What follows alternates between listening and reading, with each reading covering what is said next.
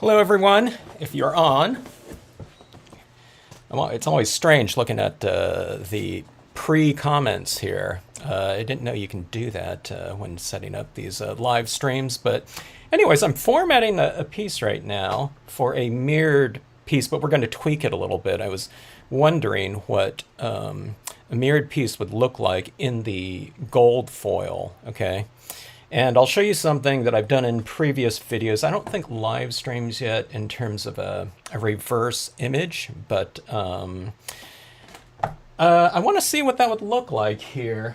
Always looking to kind of put some tweaks into some existing types of techniques and seeing what they will look like. I don't think I've done a gold reflective area before, but I know a lot of people bought this type of mirrored formatting, this mirrored stock before, going back to early 2021 when I first started using foils or trying them out.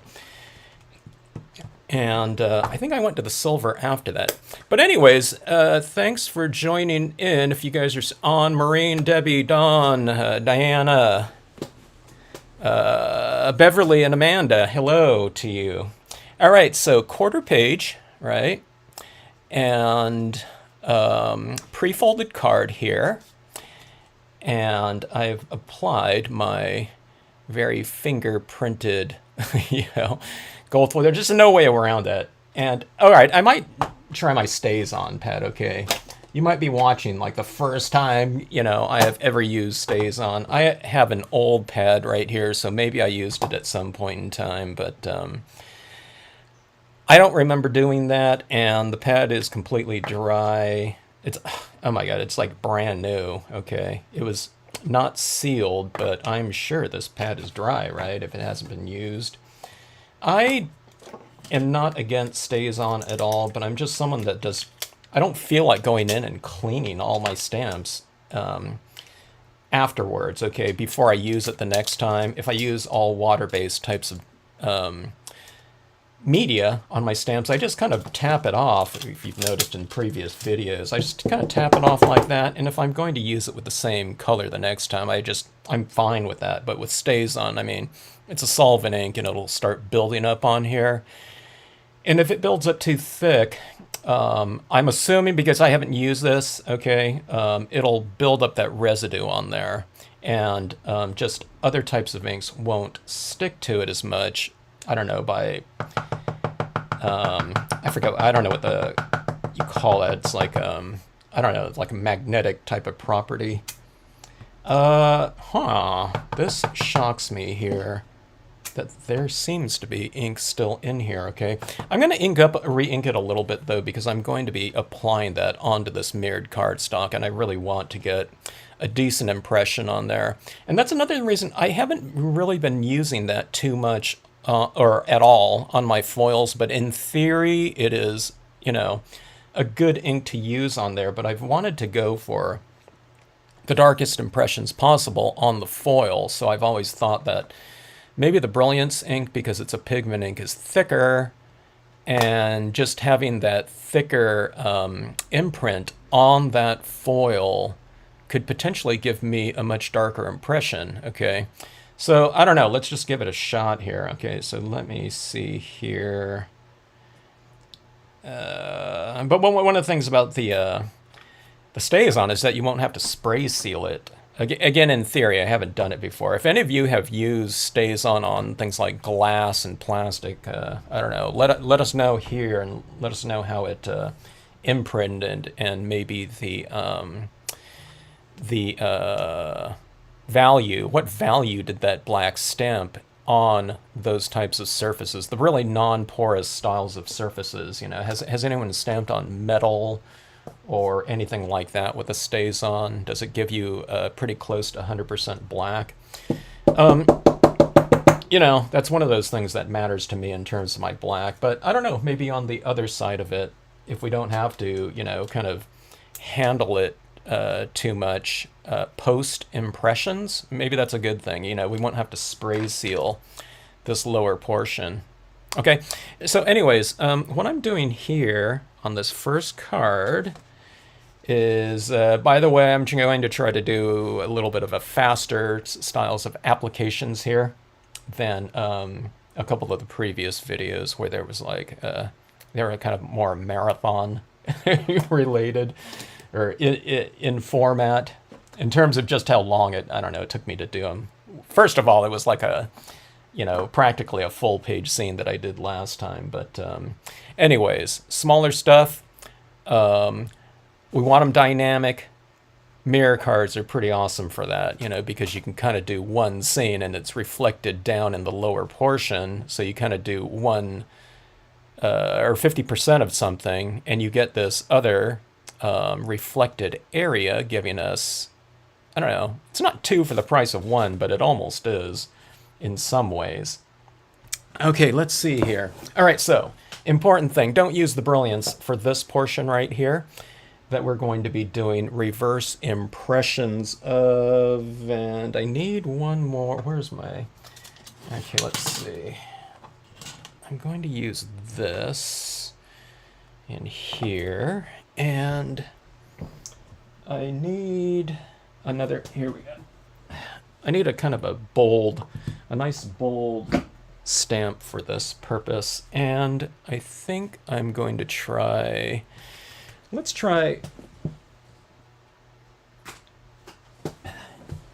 I'm going to have something to plant these trees in, just a little bit of a ledge down here. Let me think now. Okay, so I'm coming up with this on the fly, so, okay, so here's the thing. Okay, so we're going to have some trees in here, and they're going to be reverse impression trees, okay? Meaning that I'm going to fog out this area in the background with black ink, and going in with a clean stamp, we're going to be making reverse impressions into it by lifting the ink off of the surface. And like I said, I've done these before on other videos, but I don't know if I've done it on a live stream. I might have. But I don't remember doing that. Okay, so Brilliance ink. This is the only type of ink that I know where we can do this without doing something like embossing afterwards. Okay, so if you only have other types of inks, it should work in terms of making the reverse impressions on here. But then with your wet ink that remains on this surface, use like a clear embossing or something like that, powder on there, and then emboss that, okay, just to seal it off and to allow it to set up and, you know, become affixed to this type of surface like that, okay? Thing about Brilliance ink, it'll dry on non-porous surfaces, but again, we'll have to spray seal it afterwards when we're all done with our applications, otherwise that will come off. Okay, here's one of those things I was going to do. Oh, I don't have any post-it notes right around my desk here. If you put a post-it note on the back of these, then you'll have something to handle this, and you don't have to constantly touch your page. So keep that in mind. It's a good way to do it. I don't know. I didn't remember to do that. I'm just looking. I thought I had some post-it notes here. Okay, so blocking out, right? It's almost like you're applying this kind of sooty, inky background on here. It's pretty fun to do. It's good, sloppy fun, though, so expect to get really inky fingers, again, because this is not affixed to the surface right here. If I just touch my finger in there, it'll come right off. If I dry it, touch my finger on there, it'll come right off, okay? So again, that's where the spray sealants come into play with this, okay? Something like Krylon, something like that. Just about anything will work. With some types of pigment inks, okay, if you spray seal pigment inks with it, it could make them run. But Brilliance ink is a water-based one, okay? So they're not oil-based, so they're not as prone to going back into solution, if they'll do that at all, okay? All right, so inking up this.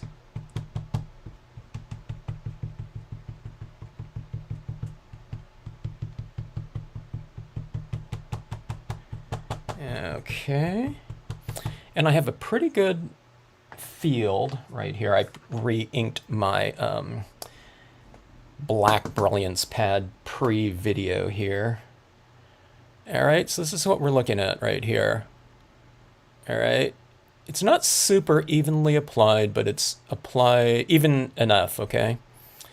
And that's what you get. It's kind of this antiqued, aged looking, I don't know, patina on there, weathering, I don't know, whatever you call it. But that's what you'll get. You get, I don't know, I have some artifacts in there from some, I don't know, texture that's on, I don't know, it could be on the cotton ball or sponge or whatever you're using on there. I think it might be fibers from the cotton ball too, okay? So just, like I said, you know, when I was teaching this the other, I don't know, when was it, last weekend or something like that, I just tell people, just expect that type of thing going into it. Otherwise, you're going to be fussing over like little tiny elements like that, all right, that I don't think are going to be that important in the overall. Okay, so clean rubber stamp. And we're going into, okay, when I stamp into this, it would probably stand out more if I was using other, you know, like a silver or something like that that has a little bit more contrast. But I think that, and I haven't tested it yet, but going in with some bolder shapes like this is just going to stand up a little bit more. And also keeping in mind that I'm going to be throwing this into this mirror card type of formatting here. So I'd like to go a little bit bolder with my images, but I mean, you can play around with things and see what else would work on there. If it's something that's really delicate, it might show up on this, but I'm not sure if it'll show up in the reflected area very prominently. All right, so anyways, just stamp like you're normally stamping, okay, into your wet ink.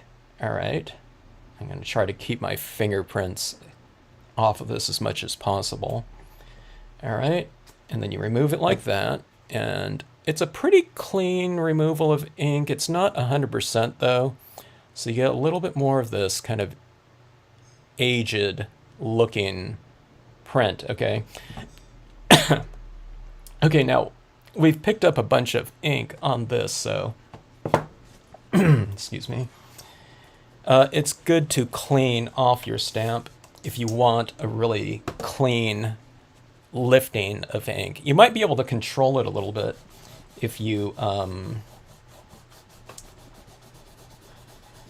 leave some of that residual ink on there and go for a second impression. Like, for example, you want a tree to look like it's in back of this one, so having kind of a darker one back here where you didn't remove so much ink, I don't know, you know, maybe something like that'll work. It seems like that would be something that's a little bit harder to control, okay?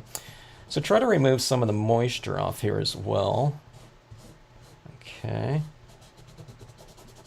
So that's pretty clean like that. But there's still a little residual moisture on there, so I don't know. Allow it to dry as much as possible if you want, you know, that really clean removal. And we'll go in here, like, again, I'll work in threes maybe. Maybe I'll throw this one about like this. Let's see if I kind of remove this faster, if that makes a difference. I don't know. That one looks even cleaner. Maybe I didn't really clean off my stamp the first time, so that looked like it removed more to me. So this one's darker and this one's lighter like that.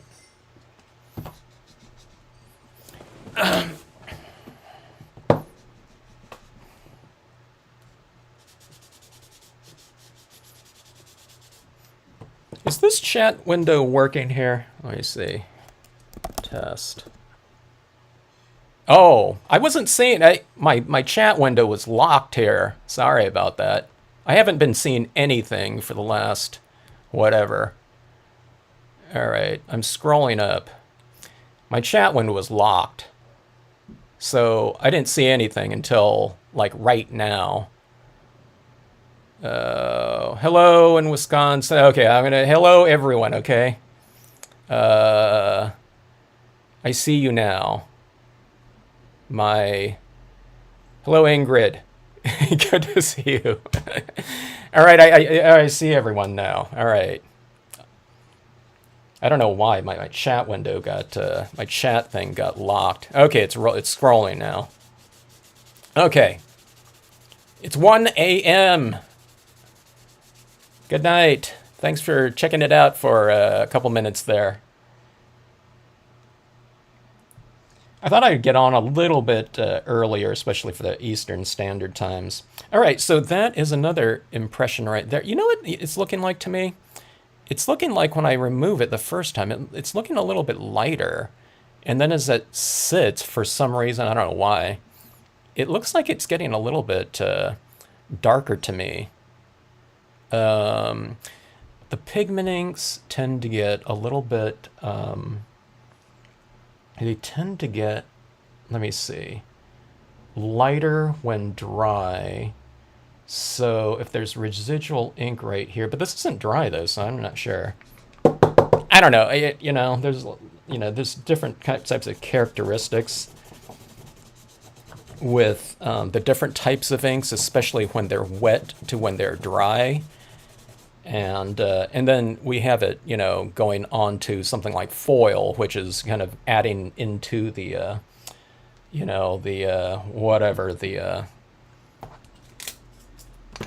it's adding to the variables, okay?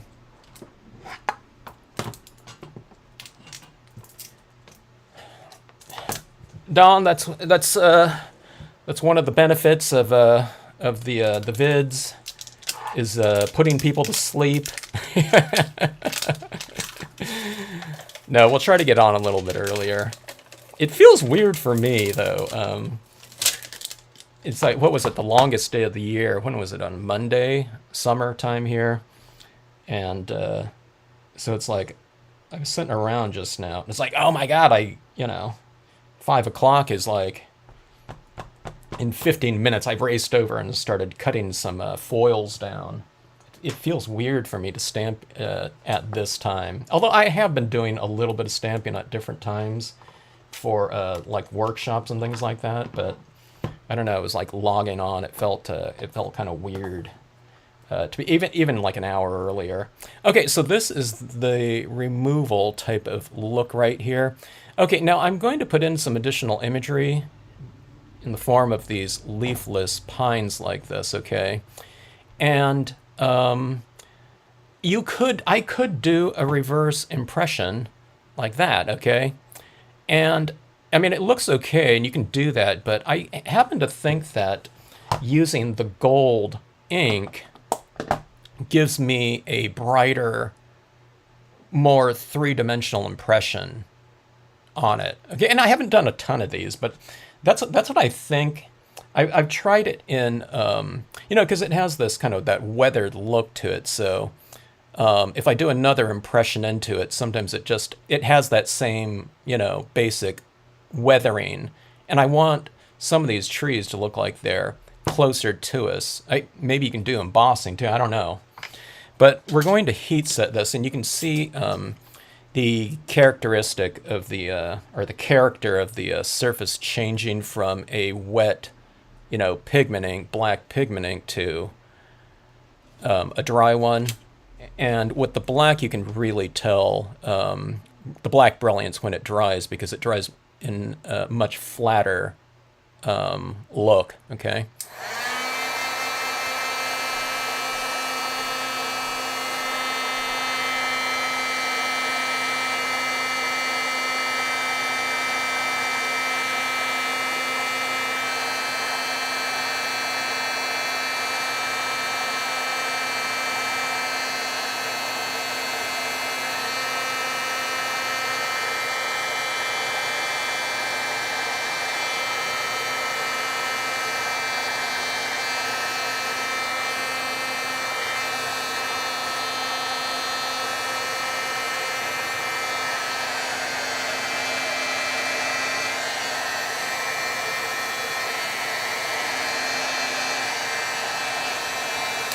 Okay, I haven't worked with the foil in a while, but one of the things I just remembered was the that little rainbowing type of thing thing that can happen with heat on foil. Let me see if I got some of it. I watched some of it change in here a little bit.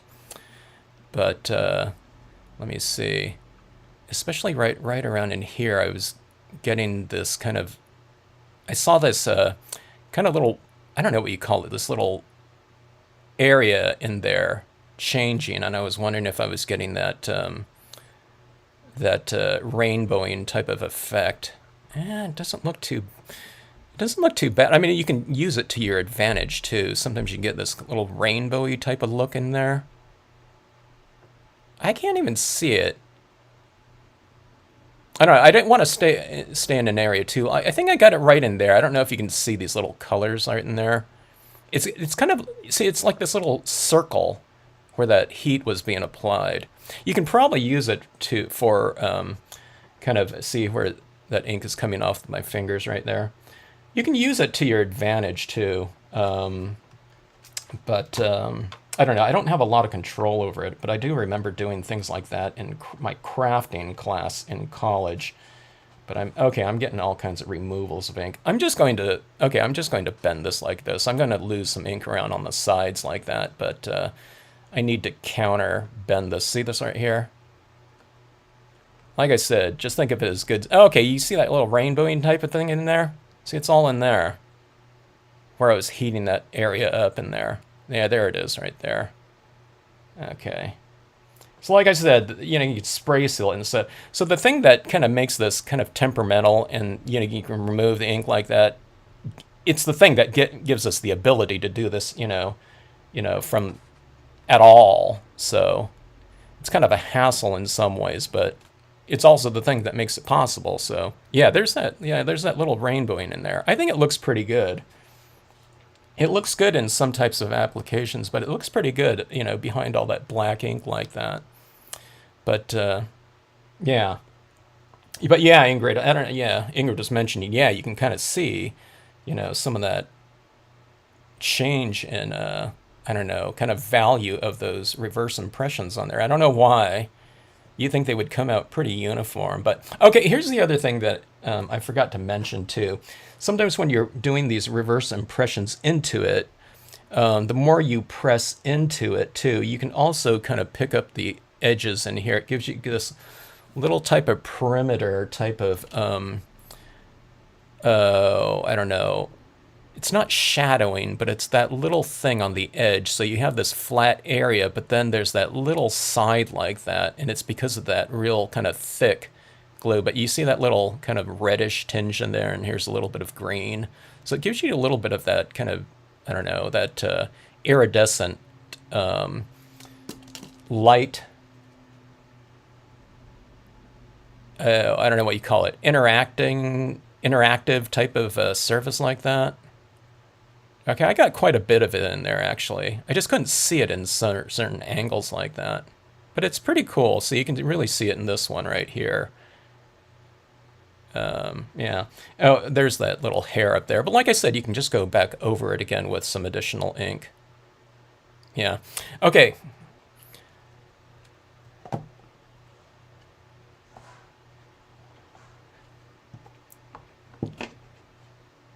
Is Karen, is it 2:20 a.m. for you right now? It was weird going on at like midnight here. I've done that once before, but so it was just interesting. So one person was getting up and it was like 6 a.m. for them. And then another person, it was 5 p.m. for them. Yeah, and then but the thing that's kind of surprised me was the number of people here in the U.S. where, you know, some people were on Eastern Standard, and they were up, you know.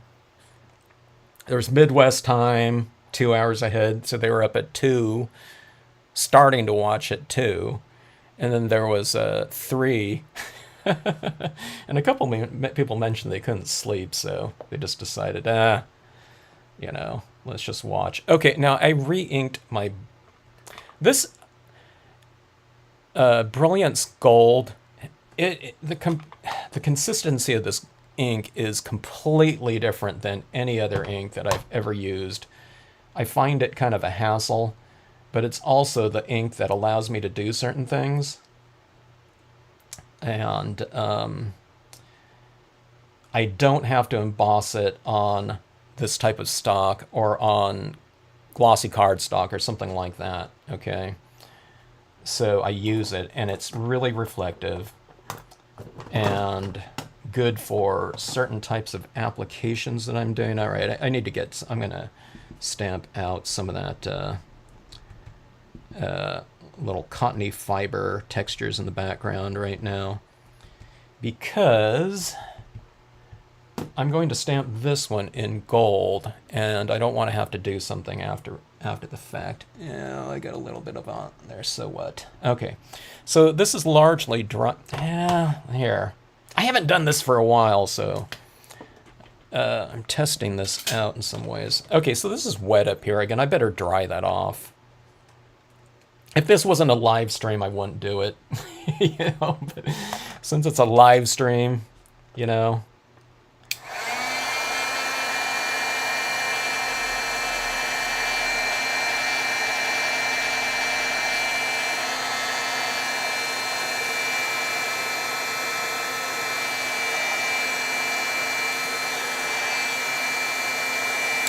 Since it is a live stream, I want to have as, you know, kind of relatively few kind of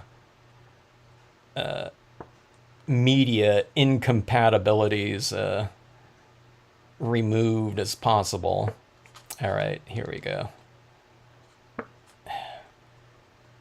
Counter curling it. This is what I hate about this foil and heating it up. Especially, I don't like embossing on something like this, too, because it really requires a lot more heat. But I did get a little bit more of that rainbowing with some additional heat on there. Let me see. Yeah, you can see some of it. Okay, so anyways, I mean, that doesn't hurt, you know, with this type of, you know, kind of narrow color range that we're going to be doing in here. See all those reds and pinks in there like that? Okay, now here's what I need to be a little bit careful about too. This isn't really flat right now, so stamping this into it, I don't want to have it go like this, and then this thing kind of adjusts as I'm going down. In my foil class, I try to remind people to, when they first start making their impressions, you kind of have to really be, you know, pretty well committed to that. Because the ink on this, you know, using these pigment inks, it's so thick that when you're going down like that, it's really easy to skew. Even when I've mentioned it before, if I don't do this for, you know, a few days or something like that, I kind of forget the touch of it. If I do like one or two, it's easy. Okay, so see, that's like when I was making that, it's that last kind of eighth of an inch or whatever, some centimeter, you know, of connection right there, that you just have to kind of go down and make sure it's just a nice, even application like that.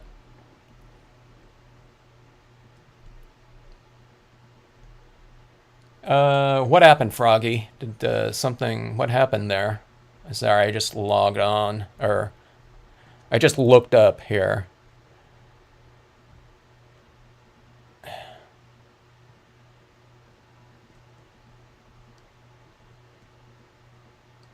All right.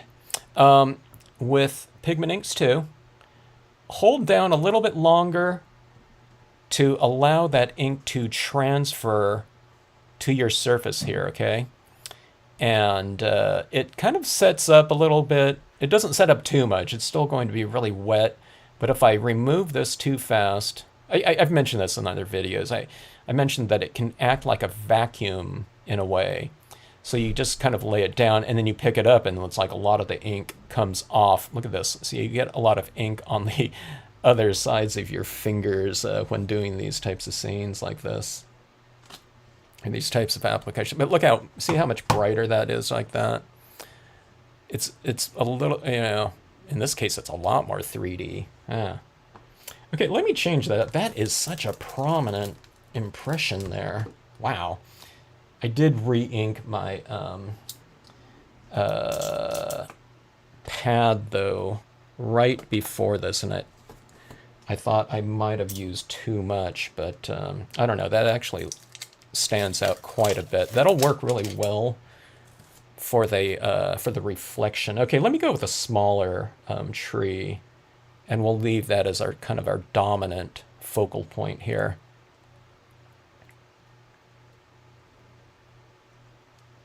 Oh, sorry to hear that, Rocky Fresh.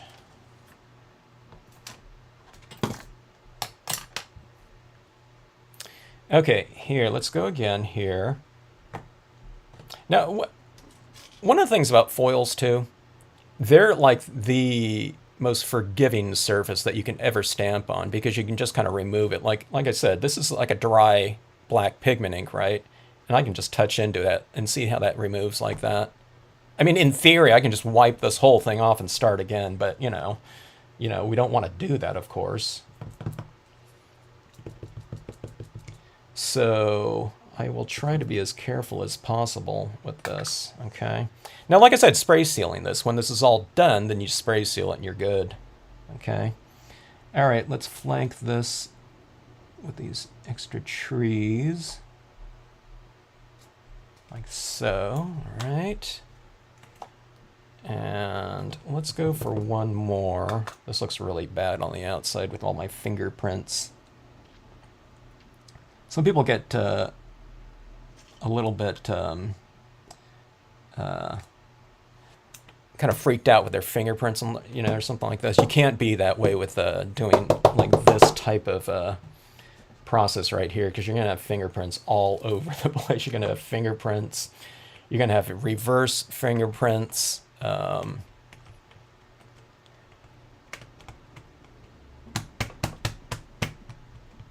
Oh, Froggy Fresh, that was your husband, huh? I am so sorry about that, to hear that.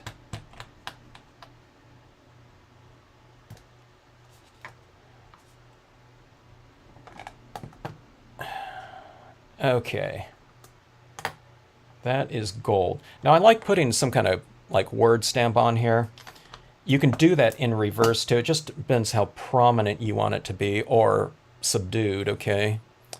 But let me give you kind of the gist of what this is going to look like. Or, I want to see it too, but in that mirrored area down below like that, okay? So that really adds to it quite a bit, doesn't it? I think.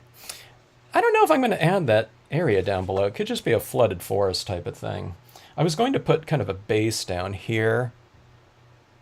I mean, we could still do that. I don't know. I'll figure it out. If I'm going to do that or not.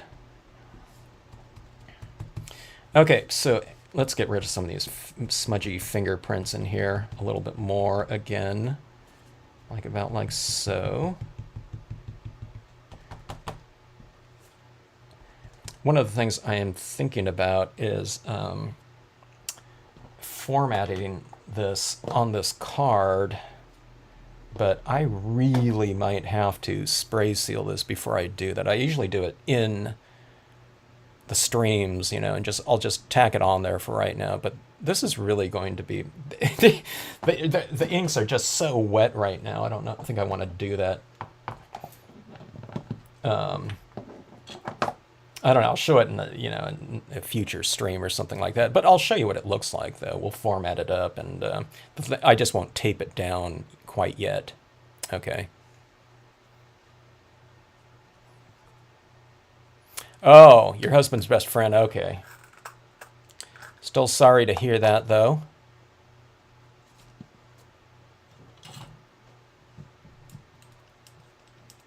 Yeah, isn't that fun though, Ingrid? Doing that that heat, that heat thing to it. I think, I don't know if it's.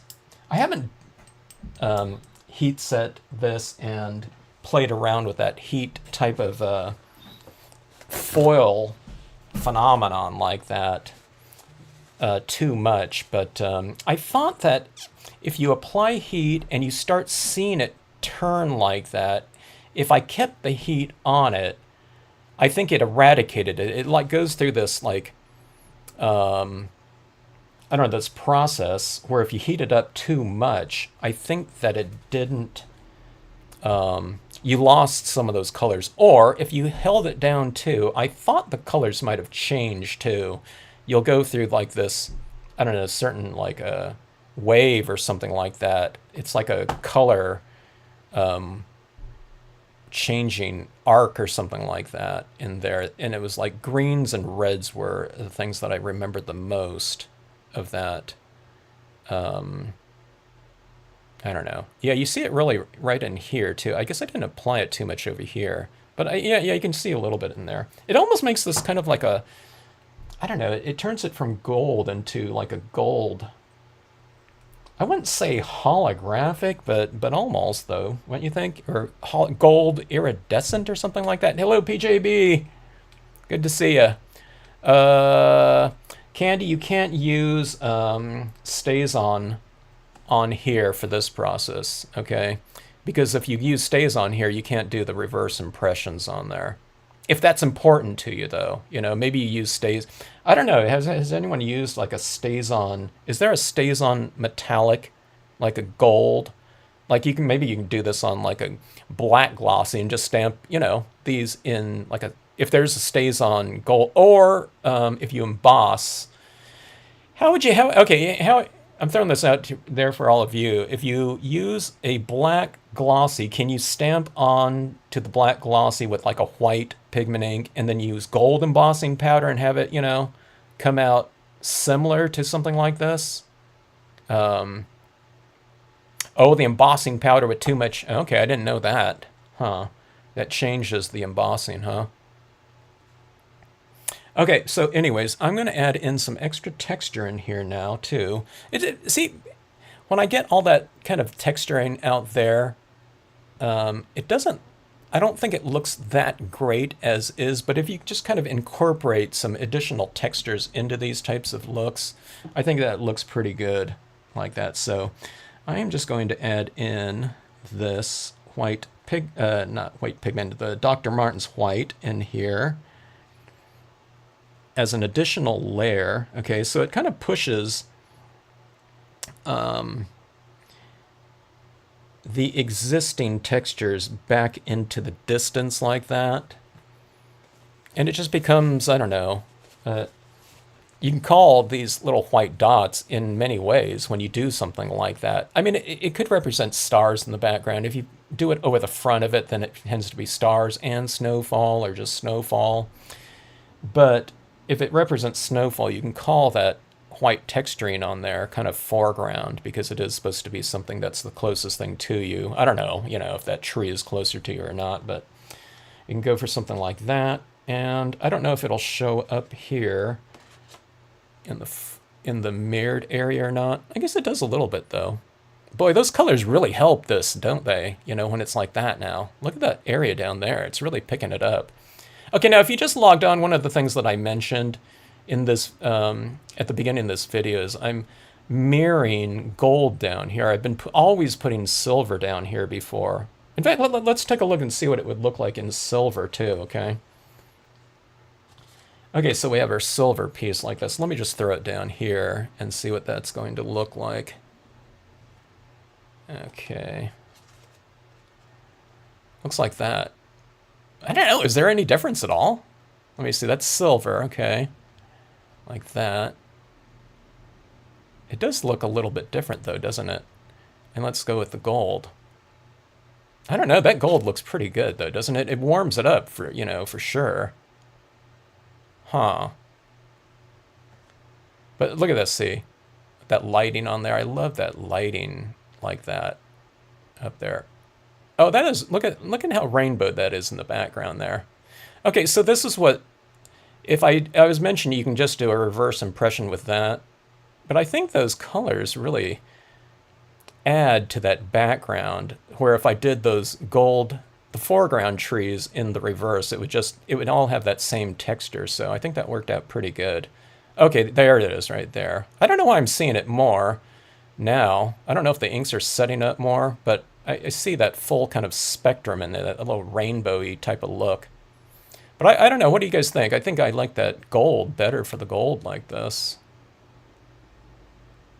I don't know, you know, I mean, this is one of those things. I guess you could mass produce something like that for Christmas cards. I mean, this right here, if you're just doing all these kind of black backgrounds like that and sooting it up, I mean, you can do like 5 of them and then just do, I don't know, 5 or 6 and then do your reverse impressions. I mean, that's just 2 stamps right there. I don't think it would take too long. Your fingers would probably be all sooted up, but, you know, it'll wash off. Yeah, really. I like the gold too, so the gold on gold looks pretty good. I'm gonna have to use more of that gold for those reflected areas, huh? Especially like if we did it like a sunset scene. The gold, huh? Would look so much better. All right, so that is that. All right, so let's try the StazOn down below. All right, if I don't like the StazOn, then I'll just switch it out to Brilliance, okay? I already have this tack down in here, but, you know, if you don't like it and you just want to use the same thing, all you need to do is just, you know, throw another piece right over the top of it, right? Why do it? Why take it out, right? Okay, so let me see. Let me do a little bit of a minor formatting. I think that looks good. I don't think we have to do anything, but I do want to test out those foreground images in here. Okay, so I'm going to put a couple images. See this right here, when you show these mirror cards like this, we have this area right here on the sides, right here, that that aren't covering this space within here. So that's why I like to put something on the sides like that to kind of flank it, to blank that area out a little bit, okay? So we'll just go with the same image. You know, we'll just go for the spruce over here again. And I'm not going, you know, you don't have to like make sure that it's going to, you know, uncover it, because this, you know, the format of this changes, you know, depending on the angle anyway. But just having something out there like that just kind of frames off the edges kind of nicely. Okay, let's see.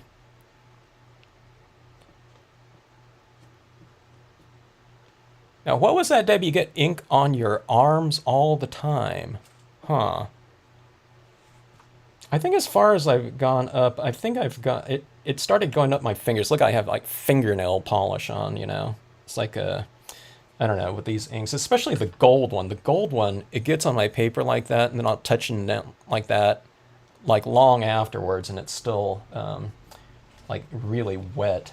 Oh my gosh, I got that gold all over on my tack and peel. By the way, if you guys get like, you know, ink and stuff on your tack and peel, you can always just scrub that off. If it doesn't come off with water, you can scrub it off with a, you know, like a kitchen scouring sponge, and it will come off, and you can get pretty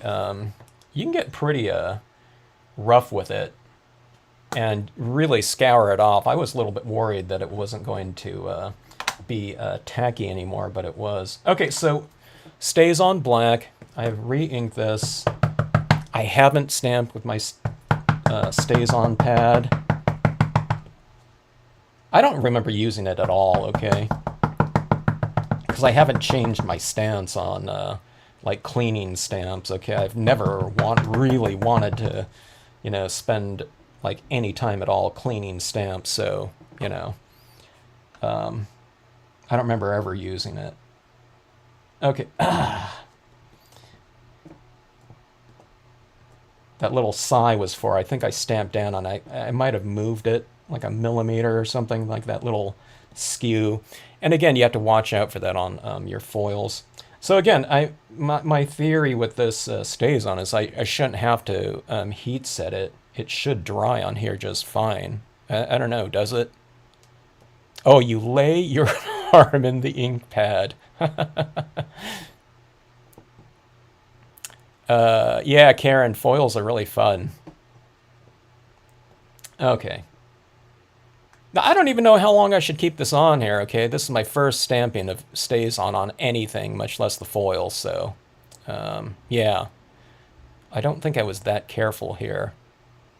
I mean, to me, if I do a couple of these impressions... Okay, that came out just fine. If I do a couple of these impressions on the foil, then I get the touch of it, you know? And there's And if you're kind of ever worried about that, then just do a couple test prints on a couple, side pieces of foil. Keep a piece of scrap foil and do it, and you'll get the touch that you need on that. Okay, like that. See, that one was much easier.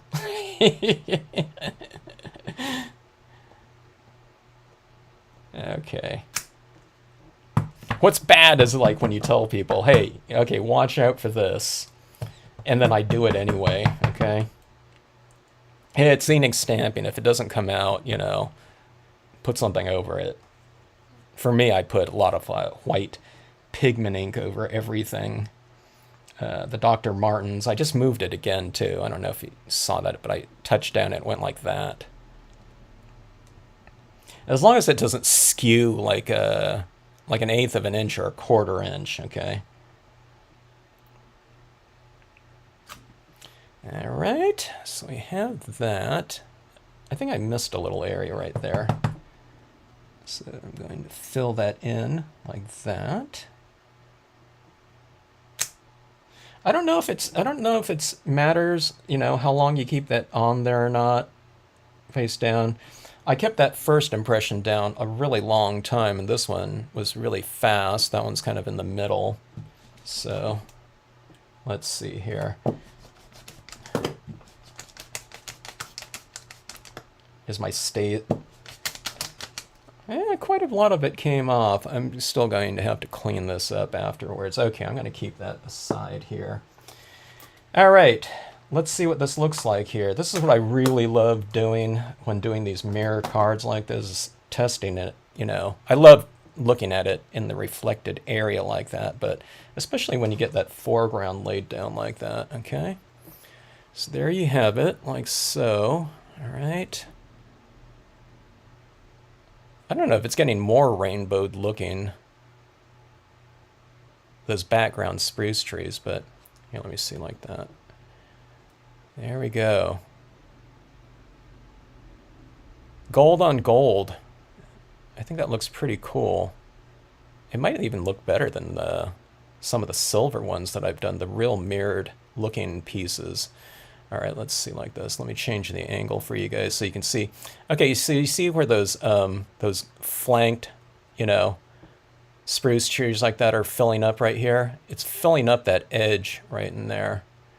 They're a little bit... Okay, this is what I'm looking for. I'm looking for opacity right now. I think they're reasonably opaque, okay? So... Okay, so this is what I'm thinking right here. For this reflected area down here, I might switch from my Brilliance ink, in terms of my impressions at least. A lot of times I'll add in some additional tone in here, just to kind of create a little bit more of a vignette. But I think with our impressions, we might as well just use the StazOn, because they're going to be nice and affixed, and that's just one less thing that we'll have to kind of worry about. Or I don't know about worry about, one less thing that we're going to have to consider, because it's important on this area down up top here. You can spray seal as much as you want, right? But in this reflected area down here on a mirrored stock, if you spray in here too much with an acrylic spray, it tends to make it, and it dries, it tends to make this area less reflective because it has more of this powdered type of, almost like the thing I mentioned, if you spray it too much, it looks like, on the silver one, it looks like brushed aluminum instead of this real kind of foiled, chromy type of look, okay? So a lot of times when I'm spray sealing down here, I just kind of spray seal the perimeter like that. But again, if we're just stamping it in StazOn, we shouldn't have to worry about that. But anyways, that looks like that, and I don't know, like I've always mentioned to people, I always like putting like a little word stamp or quote stamp down there, as I think it looks like it's really kind of floating on the surface. On this, something like this, I don't think I'm going to do that, because I think these trees right here in the foreground really stamped out a lot brighter than what I thought they would, and I think they're real effective like that, as opposed to having like another word in here that would be obscured by the, that amount of contrast that's already existing in the tree. Okay, so in other words, when it gets a little bit, if it was like all like that, I could do a, all right, well, then again, I could stamp something down there. But I don't know, I'm just going to leave it as is. Okay. Hello, good evening, Sandy. Good evening for everyone else that's, you know, logged on. Okay, this was what I was mentioning here. I'm unless I go out and spray seal this right now, which I don't want to do. You know, it's like, okay, everyone go. You know, I don't know. We could have an intermission or something like that. But I think that is that. But anyways, gold foil, okay? I would recommend giving these a shot. And if all you have is gold, I don't know, that looks pretty good. And a lot of you have other types of gold inks. You'll have to tell me if you don't have like a Brilliance gold. If you do something like that in the background, or if you're doing like something like this on black, you know, glossy cardstock, and then if you emboss these in gold, like using an oil-based gold ink, or I guess white, and if you emboss in gold, how that came out, okay? I'm always looking for options and things like that too. I don't know, what? Okay, so if you guys were stamping out some gold images onto a dark glossy cardstock or dark cardstock, okay? What color would you stamp out your images in? Would you do it in gold, and then emboss in gold, or would you do it in white and emboss in gold, like detailed embossing powder? What would be the process there of getting gold on dark like that? What is the combination? Okay, I haven't done that before, so and would it come out nice and bright like that if you did that? That's what I want to know. Okay, things like that. I figure you guys probably know that type of thing. I don't know, doing whatever. Okay, so here's the final look on this one. Like I said, I need to. I'll glue this down or tape it down when I get this spray sealed and everything affixed there like that. One of the things I don't want to do too, I don't want to heat set these right here. These gold Brilliance impressions right here are they're wet. Okay, so if I heat set this more, it's going to curl it, and I'm going to have to counter curl it. But if I just let this air dry, and the Brilliance inks will air dry, I'll just spray seal it afterwards and that. Okay, so what is that? Versamark then powder, or gold with gold. Okay. So you're saying the Versamark with the gold. Now Versamark comes in different colors, right? Or is it just the clear that you would use with the gold? And which one would come out more opaque, do you think? Emboss gold on white. Now that's what I was wondering too, Debbie. There. Yeah, it would, like, the white would block out, right? And allow for the more... Now Donna said stamp in gold and emboss in clear, so I was wondering about that too. So, I don't know. Ingrid, that is on your next live stream there. I was on Ingrid's live stream like a couple days ago. I didn't post or anything, but I was watching you for a while with your piece. But yeah, do that in your next live stream, Ingrid. Okay. All right. So, anyways, I'm real pleased with this one. Gold on gold with. You can't get very much more simple in terms of media used. That was black Brilliance and black StazOn only, and I think we achieved a pretty decent color palette with that, especially with that kind of gold foil heating type of thing going on there. Let me see if I have another piece of gold foil just so I can show you guys. Okay. That heating type of. Let me see if I have a piece of gold foil. I don't know if I have another piece of. Okay, hey, I have a piece of gold foil here. So let's just set this so you can see what we're talking about here in terms of that rainbowing type of effect. Let's see if I can get it. Okay. Okay, let's see. PJB, I use colored ink with clear embossing. Okay, powder on dark cardstock. Just to avoid the extra powder going places I don't want. Oh, right. Yeah, that's true. More gold powder, because I didn't like the way gold stamped out on white cardstock. Okay. Huh. Yeah. I was on your stream, and that was you were also on that stream in that like conference stream too, and I was watching you there too. So yeah, you know, I log on, Ingrid, when I see you're on. People check out Ingrid's channel. Awesome stuff. Okay, so here's the. Let me see if I can get my. Look at my camera's having a heck of a time finding the exposure here. Let me see if I can expose this correctly here. Okay, so heat gun, and let's see if we can get some of those colors showing here. All right.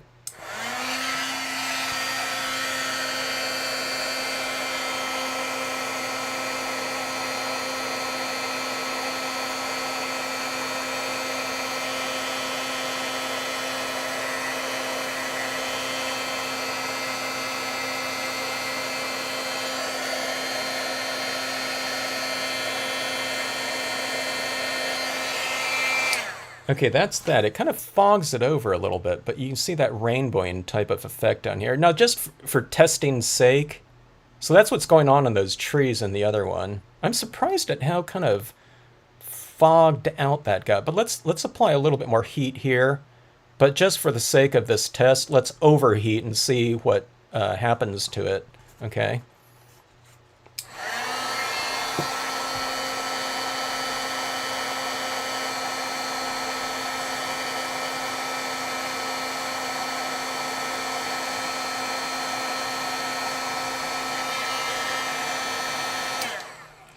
I don't know if that did anything to it.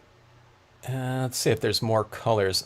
It seems like there's more colors with less, right? Like right in, I don't know. You do get some of it in here. But one of the things that I kind of felt happening right here, I think I was starting to get a delamination with, you know, whatever makes up this foil. I think, you know, maybe the foil was, I don't know. I just had that feeling that that was going to come off right there. But anyways, that's what you get with the, let's see it in different angles like this too. You don't see anything like that. Let's color here. Let's see. I don't know. I don't know. There's a lot of color still in there. Look at that.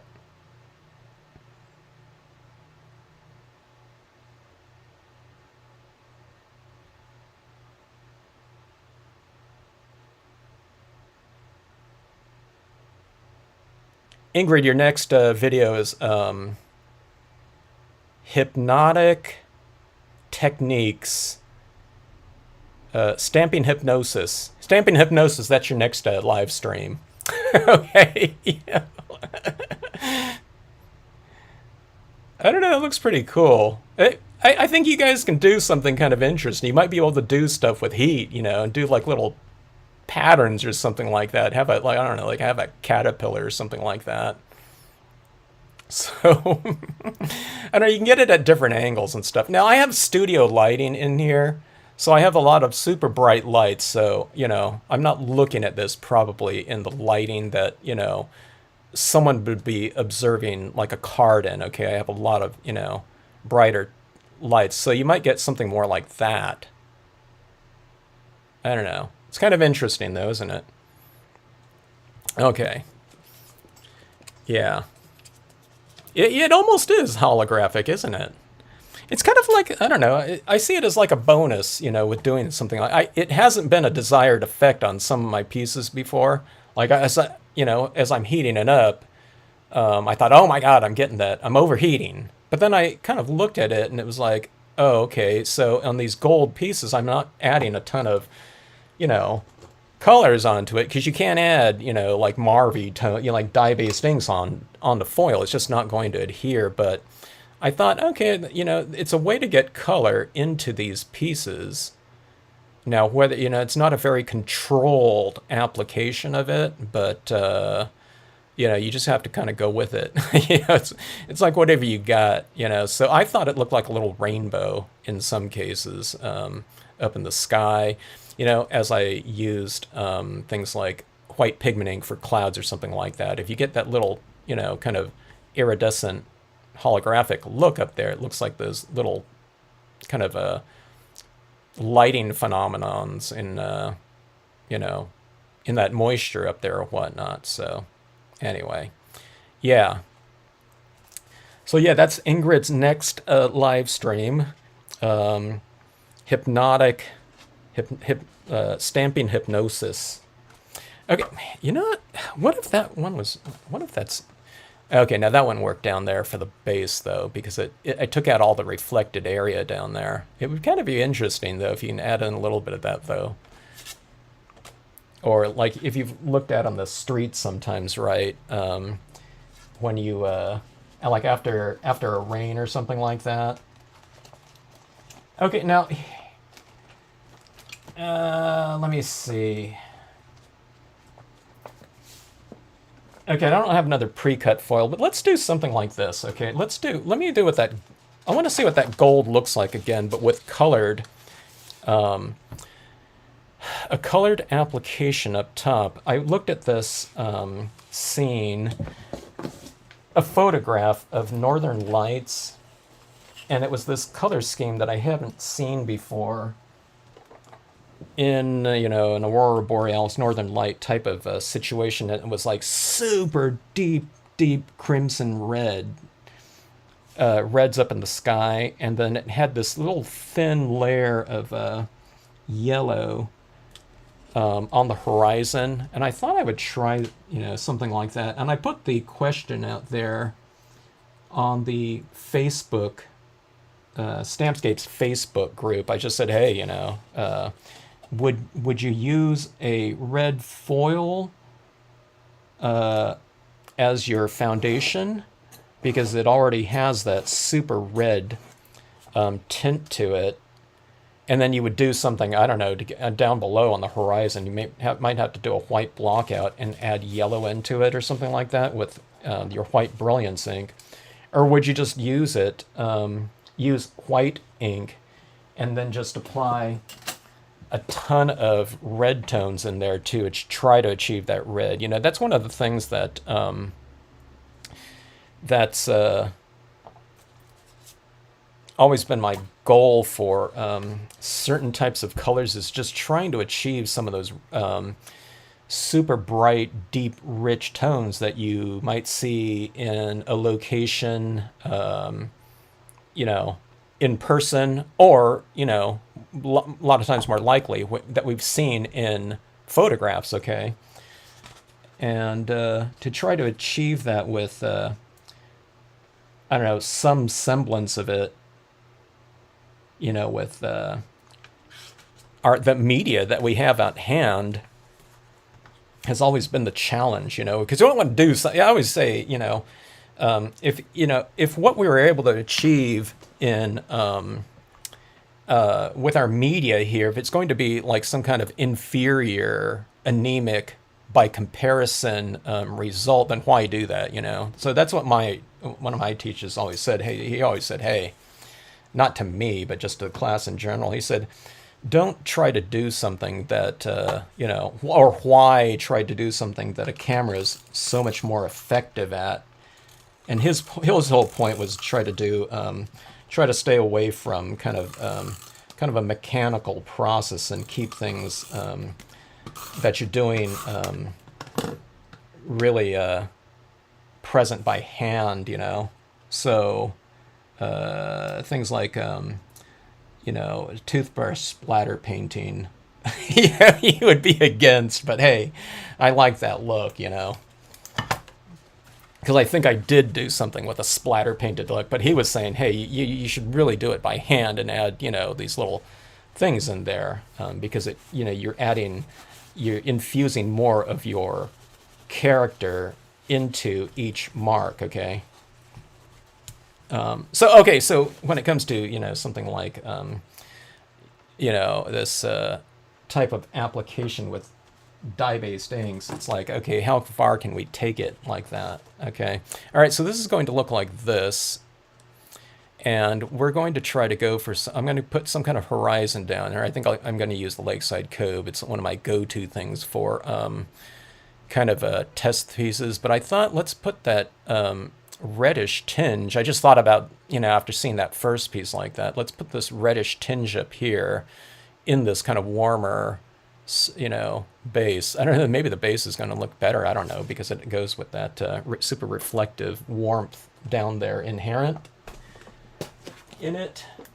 All right, so that being said, by the way, I tend to blab on a lot more when I don't know what I'm doing because I'm trying to figure it out. So let's go with something like this, and my yellow will be like this, okay? So in the photograph, normally what I would do is I would put these transition zones in here with like a lot of orange, okay?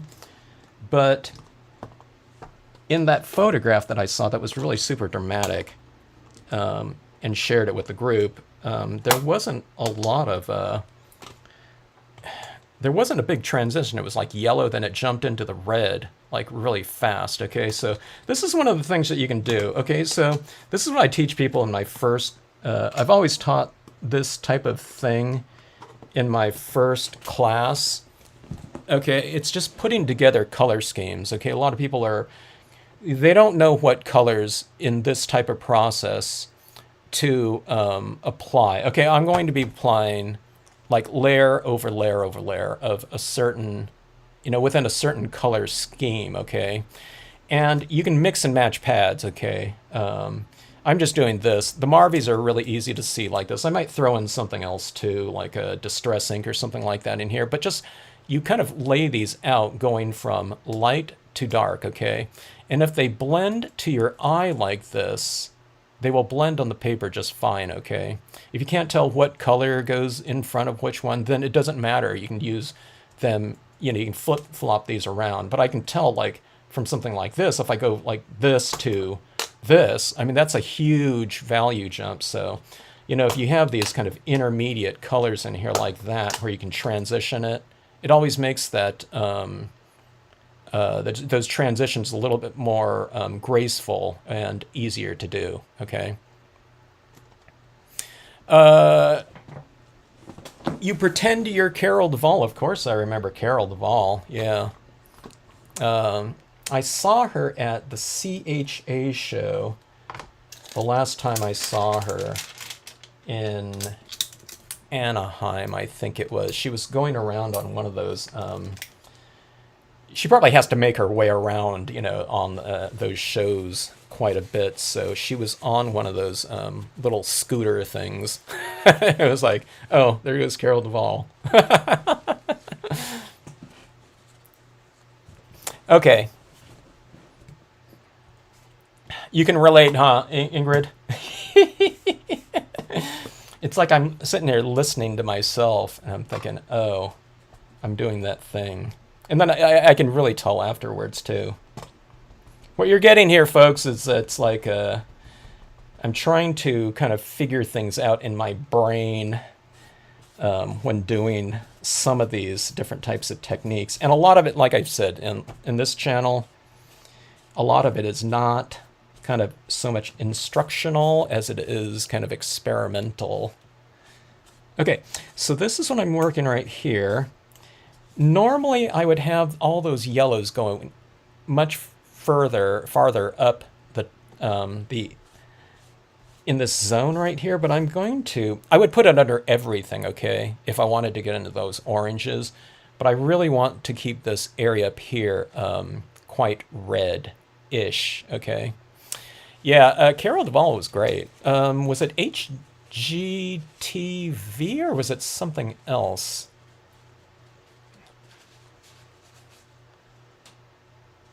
When is the 5-planet alignment happening? Is that coming up, Don? Was that the thing in 2001: A Space Odyssey when things were all lined up? Was that the 5-planet alignment? See, that's what I think of when I think about that planetary alignment. Okay, this is red right here. Normally, like I said, I would go into like a pink or an orange right down here. Maybe I should. I think my pink.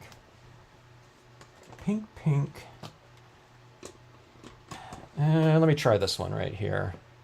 Okay, I should have used a different part of that for the yellow because I'm not using that yellow very much.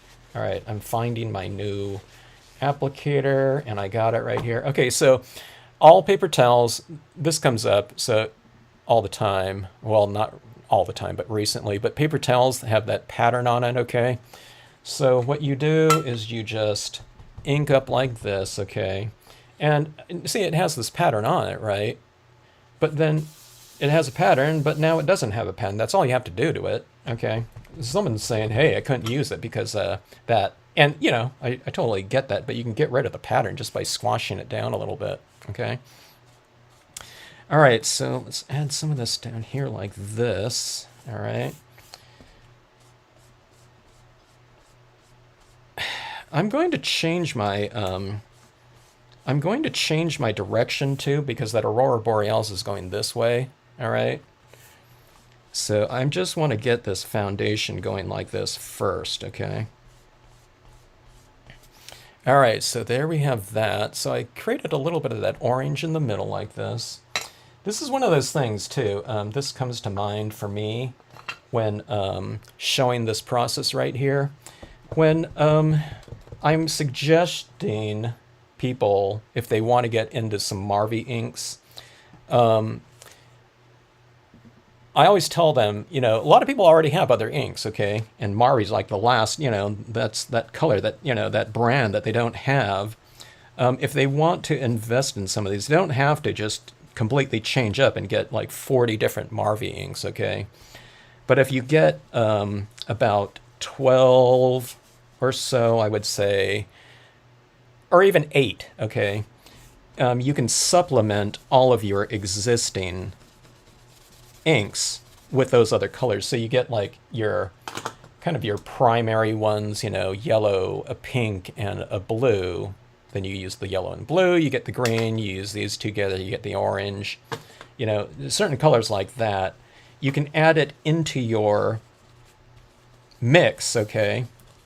Let's say I have 5 different blues from other companies, and I'm not getting the intensity that I want. All you have to do is you just mix in like the Marvy number 10 light blue or the Caribbean blue or whatever, okay? And you'll get this kind of an increase in intensity, maybe by 15 or 20% or something like that, okay? All right, so on this, let's see. We're adding this red down here, all right? And I really want to, okay, now here's where this type of look is developed here. You really have to kind of saturate your page a little bit, not just color, okay? But saturate your surface a little bit, or a lot, and then you start saturating the pulp of your paper a lot. So not just coloring, but it's saturating, and as one of my former students mentioned, you know, it's almost like lubricating the surface of your page.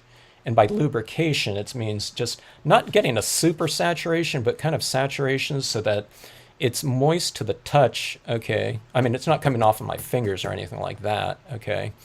But when we go into our other tones, you know, our darker tones to come, they're going to blend onto the surface in a nice graceful manner because the ink isn't transferring over from applicator to surface and absorbing in so fast, okay? Hello, Annie. Good to see you.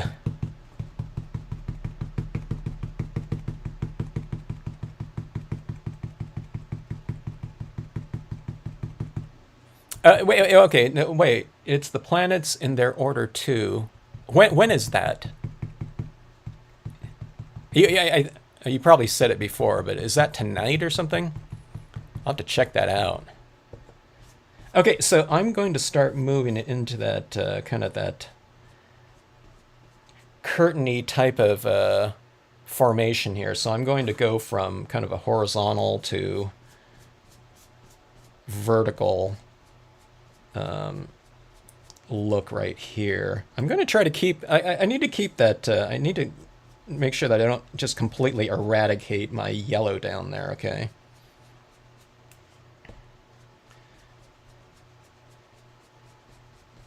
Okay, now see what I'm doing here? I'm not going like this and then up like that. Okay, I'm doing this, okay? Like that, into that zone, okay?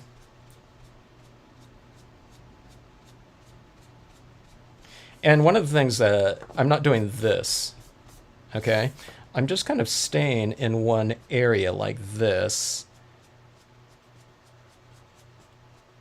And you kind of just keep developing an area like about like so, okay? It's going to look weird. It looks weird for a while, okay? These things never look kind of, you know, northern light-ish until usually until I get to the black, okay? Which is like my last color that I'm going to apply. You know, because it's supposed to look, you know, nighttime sky-ish, okay? So, yeah, if you need to go get a drink, go make some popcorn. I'm just joking. The darker colors, you know, the darker colors kind of, you know, you apply less tone, you apply less color, the darker you get, okay? You know, because you know, you're going to have this transitioning from light to dark up here. So with your darker tones, you just don't go in quite as far as you did with your previous tones. All right, let's see. And one of the things is too, okay, here's the thing. I'm using Marvy inks and the viscosity is thinner than other inks. I mean, you could use other inks. And the other ones that I usually do, I'll usually throw on like a distress ink. The one I keep using is antique linen just because it is so light, okay? And I don't know, it's just a really good color. It's a good base layer color. It kind of sets a really good foundation down for all of your other colors to come. And they're thicker, okay, so it kind of really seals and kind of saturates the surface really fast. Man, look at all my ink pads. My pads are disintegrating, so I'll get that. It's the Ranger. I keep forgetting. People always remind me on these videos what that stuff is called. To format these pads, you can switch out the foam on these because Marvy doesn't make their pads anymore. But if you want to keep their cases, you know, you can replace it with whatever that foam was. I thought it was by Ranger. Someone reminded me last time, and I already forgot. But someone said Gorilla Glue because it's waterproof, you know, to glue that down or something like that. Okay, so going under the red. Okay. Okay. Now that one was a cherry red. All right. Now I'm just using these ones because I happen to have them, okay? It's not like, okay, wait, the combination has to be this, this, and this, okay? If you have other, you know, types, you can go ahead and use them. All right, plum. This looks darker. I'm looking to see if I have some other reds. I think that is it. I don't have a lot of red tones from like Memento and Distress. Okay, so here it is with the viscosity type of issue. Sometimes when you start going on here, especially when you get into like these darker tones like this, or not, it doesn't even have to be the darker tone, but it's the dark, you know, the ones that are like the, say, the fifth color in the process. I don't even know if I can see very much of it being applied right there, but what you're going to be doing is you might also kind of be removing as much ink as you hope that you are applying. because it is just almost achieving kind of a super saturation. So you can heat set a little bit, or you can just allow it to dry a little bit before you start applying more tone down, okay? And that is starting to happen here, but you don't want it too wet, too dry, because you want this ink to really flow and slide and apply in a very graceful manner, okay? All right, let's see here. Let's go into, this is a dark brown right here. Let me try violet right here. Cut it, that might be it, PJBs. It might be cut and dry. That sounds kind of familiar.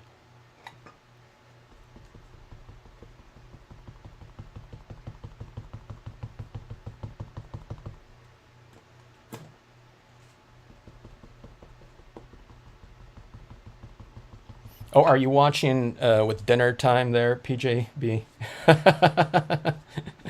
Hello to the husband if he's there. All right. Okay, that helps like that. Can you see that right there? Let me see. Let me readjust my exposure. Oops, a little too much. There we go. Okay, you can see it a little bit easier there.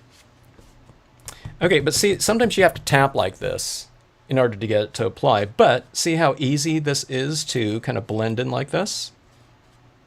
All right.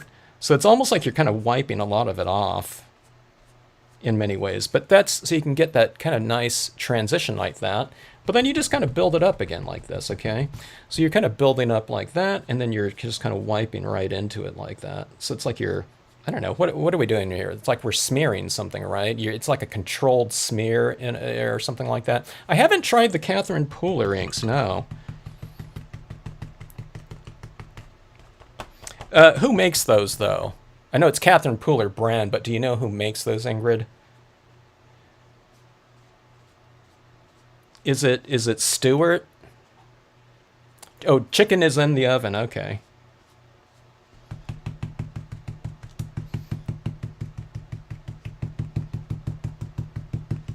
Heading in. Okay, so we're kind of getting there now with this one. See, this is where I can feel it kind of starting to come together a little bit with by the time I get to a certain hue or value, okay? The brown, the dark brown, and the black, you know, is really where I feel it kind of starts coming together like that. All right, now, folks, I'm using like all kinds of different colors on here because I'm trying to reference that one thing. You can get these much faster. I'm just trying to kind of keep in the spirit of that, what I remember of that one photograph. I don't have it up on my computer right now, just looking at it or anything like that. But going like that. Okay, it's taking a lot of more of a tapping type of application here to get it to apply, right? Okay, and then you can just go in here. Watch, see that right there? See, that's kind of that real kind of curtain-y kind of look right there. I guess we're kind of doing like reverse applications in some way again, huh? Just like on that foil, but this is on, you know, glossy cardstock. You wouldn't think you can do something like that, okay? But you can do that if you get enough ink on there and it's kind of built up. So that's where like all this type of stuff, a lot of times people, you know, when we're doing most types of applications of media on paper like this, we're coloring it in and it is set and fixed, okay? But this is just how you can do things to get them much easier to manipulate. And again, you know, when you get into tones like these, they look super deep and rich because they're transparent media and the colors underneath are glowing through. So you can see that dark purple right there, but you can see all those other colors underneath it that are affecting the overall look, okay?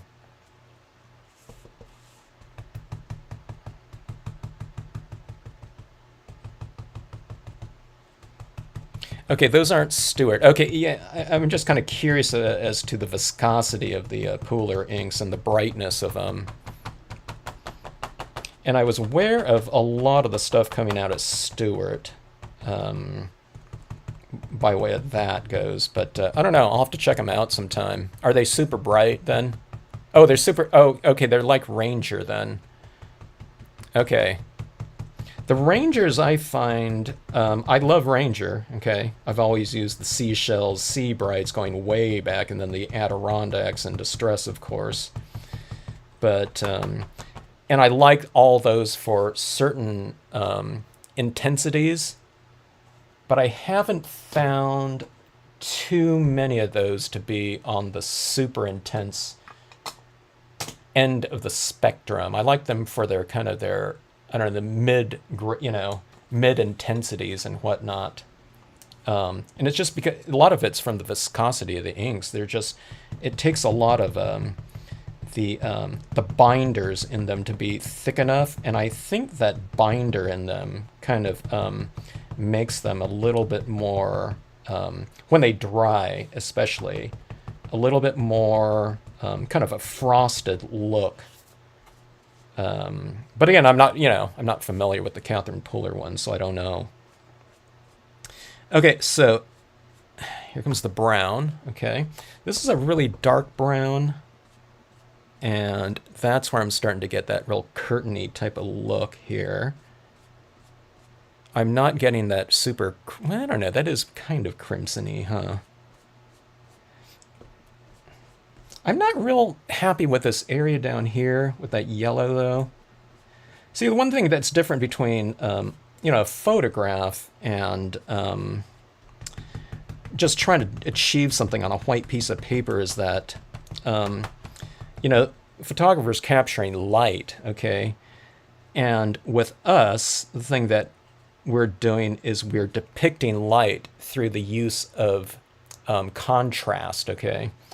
So that's the thing. So I think, so for me, the thing that I'm going to do down here is we need to come up with a different color from this bottom up. I don't want to go too far away from yellow, but maybe I'll use like like an ochre or something like that. Or, maybe we'll go in with some distress inks down there. The distress inks won't change it too much because they're so light, but it can add a little bit of an element of richness to it. Okay, now this is looking a little bit kind of forest fiery-ish. So we'll see if we can kind of, I don't know, it's hard to get away from that though, because this is in red, right? It looks like flames. Where'd Annie go? Annie, did that forest fiery look, with these billowy clouds though. But we'll try to make this look more, starry-ish by, doing some stars up there, splatter painting some stars again. Yeah, oh, wait, did someone mention when that planetary lineup is again? I need to see that. When it happens. I miss a lot of the things, like, there was Harvest Moon type things, or there was like wasn't there a lunar eclipse recently? I used to go and check out all these different types of things, not all of them. But things like is it the Leonid or is it the Perseid, like meteor showers? We go out to Joshua Tree, National Park. I'd go out there because I like going out to Joshua Tree anyway. But, checking out those meteor showers like that out there in the desert was always really fun. Until I went out there about 7 or 8 years ago. And it's like, I think everyone kind of figured that out, or the internet, the internet changes everything. It's people are posting things. I mean, which is a good thing. I'm glad more people are going out there and enjoying that. But man, there was a procession of cars just constantly coming through where I was at, like all night long. It's like if you're trying to take like a time exposure out there, you can't have that. Someone kind of driving through it to, 3 a.m. or whatever. You're taking like a 5-minute exposure or something like that. Okay, so you see that kind of, that kind of Aurora Borealis, those curtainy type of things coming around right now? And again, that's with the dark browns, so you kind of build up into those tones like that. And again, when you're doing this type of thing, though, too, all those undercolors, you're not losing it by covering it up, so it's not like a lost cause. It just wouldn't look as rich, okay, without all that. Speaking of that, so this is brown right here, and I'll show you what that brown looks like, okay? So this is just... Now, I have other colors in this thing right here, but... Okay. So let's say I just did something with this brown, okay? So that's brown right there, and this is the brown right here, okay? So look how deep and rich that is in that space, okay? So like I said, it's not a lost cause. When people see these end results, they might see black out here or something like that, and they want the inclination is to get to those darker tones really fast like that. But it's really those base coats and everything like that are the thing that give these things the end result a nice vibrancy. Okay. Yeah. So let's see, someone has the full range of Adirondack pads. Froggy Fresh took a picture of the lunar eclipse. I haven't seen a lunar eclipse in a while. I missed them. Okay, 2022, 3:39 a.m. and sunrise on the morning of, let's see, the 24th. Okay, well, that's like tonight. Huh. I might be up at that time. I usually am. As long as it's not foggy here. Okay, here's the black. Oh my God, it's really come together now. See it. This is the brown over here. This is the black over here. Doesn't that look real kind of curtainy-ish, nighttime sky-ish? I've never seen Northern Lights before in my life in person. Bucket list thing.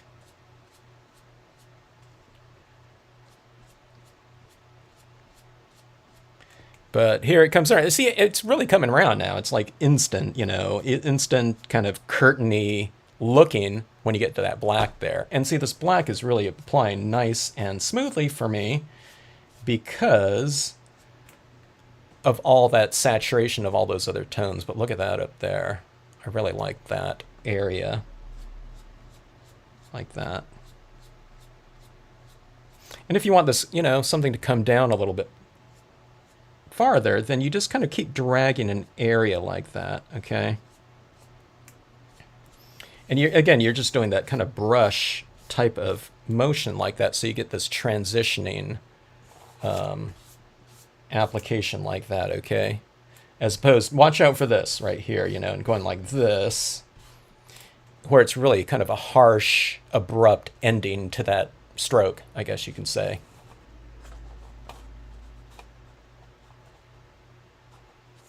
Oh, Ingrid, that sounds really cool.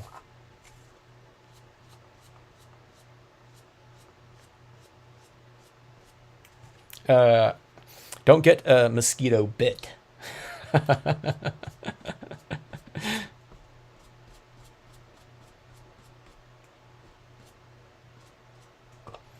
Okay, let's see here. Let's go a little bit darker up here, okay.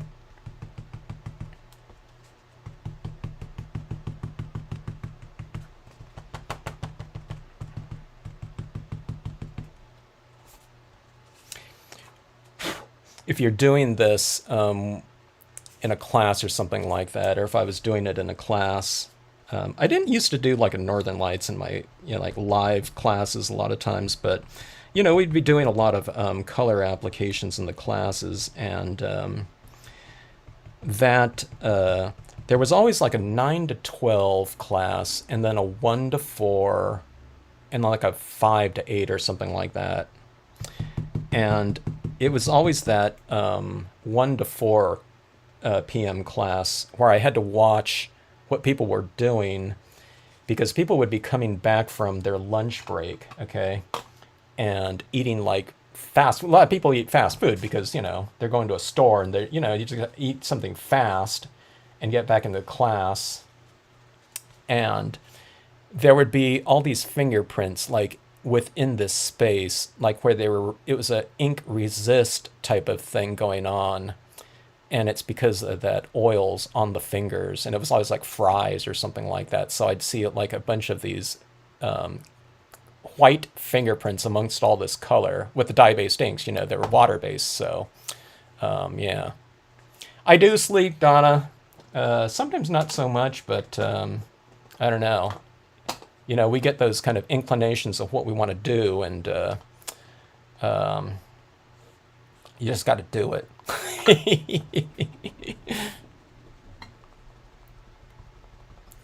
Oh, every time I see that word main, I've told Dawn this before, but oh, I was watching some videos of, you know, like the 10 things to do in Acadia National Park. Okay, so going back in here, oh, look at this red right in there. Look at that. So see, I'm hitting it back with that red that I used right after the pink. Okay, so I'm coming back into this. Now, see, this is not made possible if you don't have it kind of, you know, fairly saturated in here. Okay, so let's go in here and bring this up, and I can get those kind of nice, kind of, I don't know, it's like that, I don't know, like pillars of red. Now we're getting that red in there. That's what I was going for like that, but I didn't achieve it with that first kind of go around. Okay, with the first application. I'm getting it now with the kind of the top side application in there. Okay, so it looks like that. That's what I was going for right up there, that deep look like that.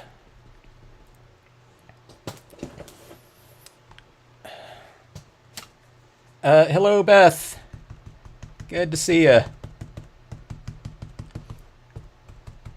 Like I said, for anyone else, if you said hi earlier and I didn't see it, hello to you. And if anyone's watching, checking the vid out, thanks for joining in. Hi to all of you. All right. All right, so that's what I was going for right there, okay? Maybe I'll get rid of some of this other black too, a little bit, okay? What I'm doing is it looks like this on a, let's see, can you see that right here? It looks like kind of like this, and that's the movement like that I'm doing in here. So again, I'm kind of tapering up. When I'm applying black down here, I'm kind of going from here and tapering it off right in here. And then when I'm doing it in here, I'm going in here and tapering it off up there. Or trying to, okay? So it's always this kind of the sweepy kind of arcing motion, all right? And, you know, if you get rid of something, oh my God, I got rid of too much of the black, then just go back into the black and come in from that top side down like that. You can kind of keep manipulating it.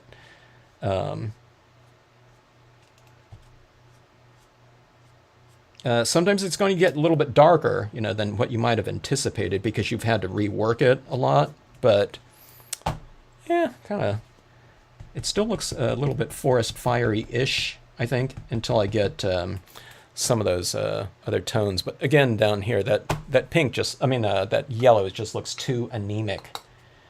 So let's try something. Let's hit it with some distress. I don't think it's going to, you know, that antique linen is just too light. But let's see what it can do. Let's try it with the walnut stain and the antique linen. All right. Let's see. Let's take a look at this. We haven't kind of done a little. You can't even tell that that's gold down there, huh? In the mirror. We're going to make this into a mirror card. I don't even know. No, I don't think I need to do too much because I just remember the Lakeside Cove's going to be down here anyway. But can you see how moist? Let's see. Let me see if I can get this on camera here. I don't know if you can tell how moist. Can you tell? Yeah. Can you see how moist this is right in here? In that wettest of area? And that's what's making, the application of these darker tones so easy to do, and we're able to manipulate them as well, okay? You just make it wet, and make it a little bit sopping wet. People aren't used to working with that degree of moisture applications sitting on their surfaces like that, okay? When is my next trip to Maine? I don't know. Yeah. Although Maine, though, like at Acadia, I would never have those types of conditions again. Where I had like Acadia National Park all to myself. That was heaven. I taught out in Maine one weekend, okay? And I keep forgetting the name of it. I think it was called Jubilee. I think that was the convention that the Maine stamping retailers. That looks a little bit better, huh? See, this is like stark yellow like that. And this antique linen is giving it a little bit more of a earthy tone. It's almost coming up in here and giving it more of a orangish tinge, isn't it? I don't know why. It looks pretty good, though. I need to get an antique linen re-inker. I just haven't gotten around to it.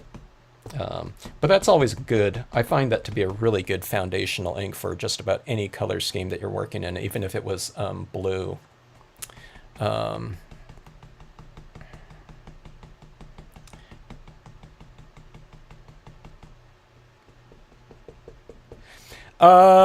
Lynn, that's a really good question. Now, the more coated the paper you have, naturally, the more, or the quicker your buildup will be on the surface and in the pulp. It's not just, especially on the surface, because it's not absorbing into the paper as fast. But I've done this on semi-glosses too, okay? Now, on semi-gloss, it's going to be absorbing, at a certain rate, faster than glossy, okay? But you can do this on a semi-gloss, though, okay? Semi-glosses are like the Mohawk Everyday Digital white coated silk that I've been using a lot of these days. And I've used Appleton papers in the past. They're called dull. So satin, dull, silk, those are typically the types of names that you'll find with the semi-glossy cardstocks. Okay, so the benefit of the semi-glossies is that you can also color in with colored pencils or something like that into it. It's not a great colored pencil surface because, for colored pencils, if you have a matte or, something, any kind of paper with more tooth to it, the colored pencils are going to apply so much easier, or things like pastels too. But the one things that are nice about the semi-glosses is that you can do things like this, and they're also sealed off enough where you get the best reproductions in terms of your image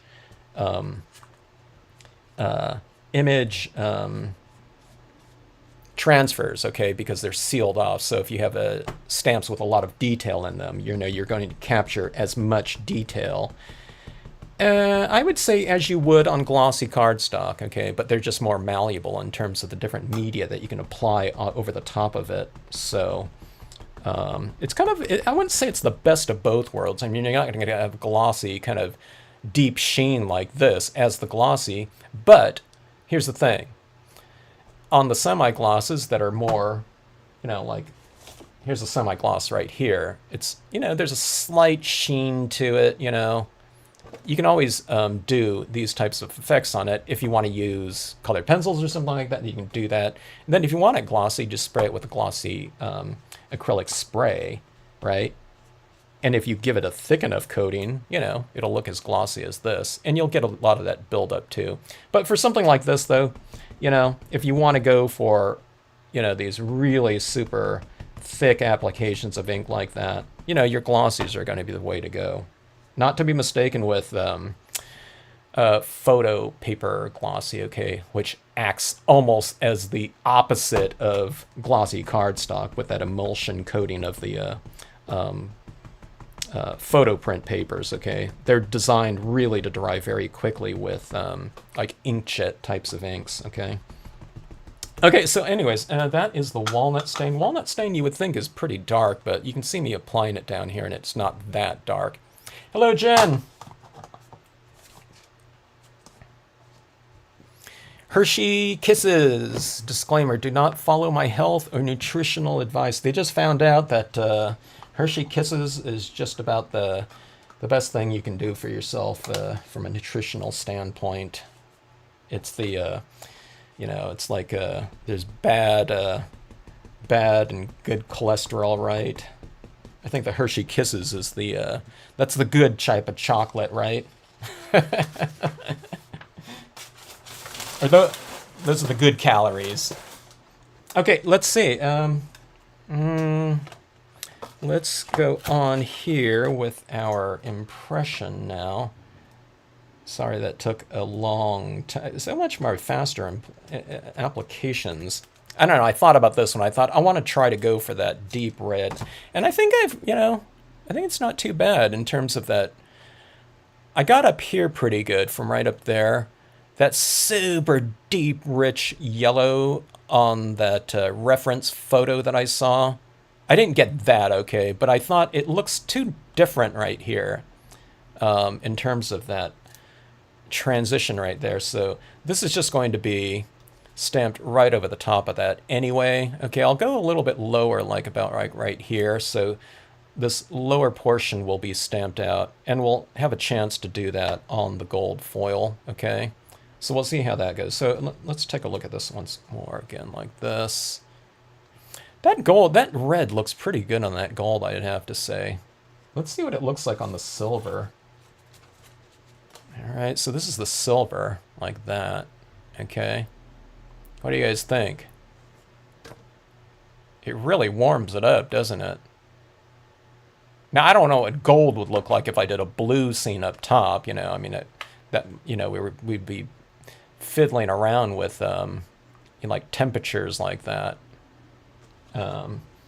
It seems like it would clash a little bit, but I don't know. Okay, so let's see. Let me just do this impression in black dye-based ink. I'm going to use this on the StazOn down below anyway. Let's just do it in the StazOn again. I might as well see how that's going to look. Like I said, if you guys just logged on, I haven't been using StazOn before because I typically don't like to have to clean off my stamps very much after I use them.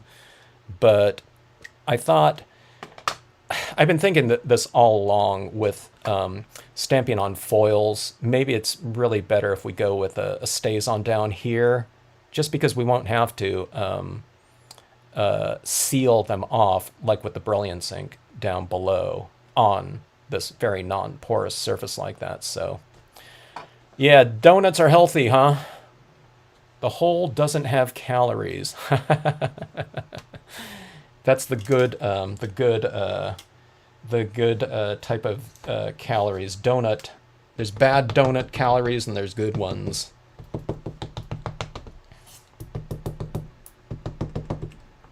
Okay.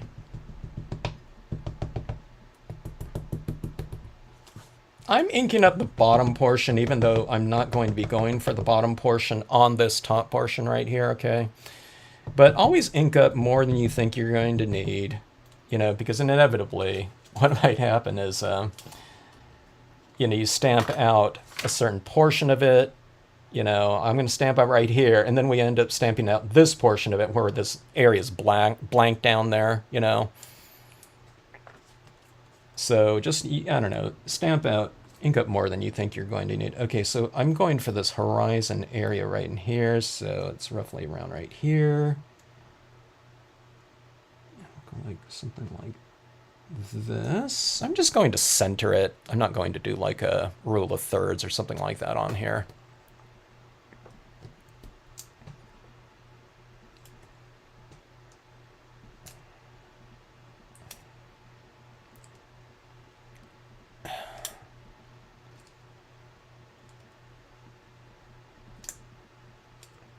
Yeah, you might be able to brayer it, Debbie. That would be a much faster application.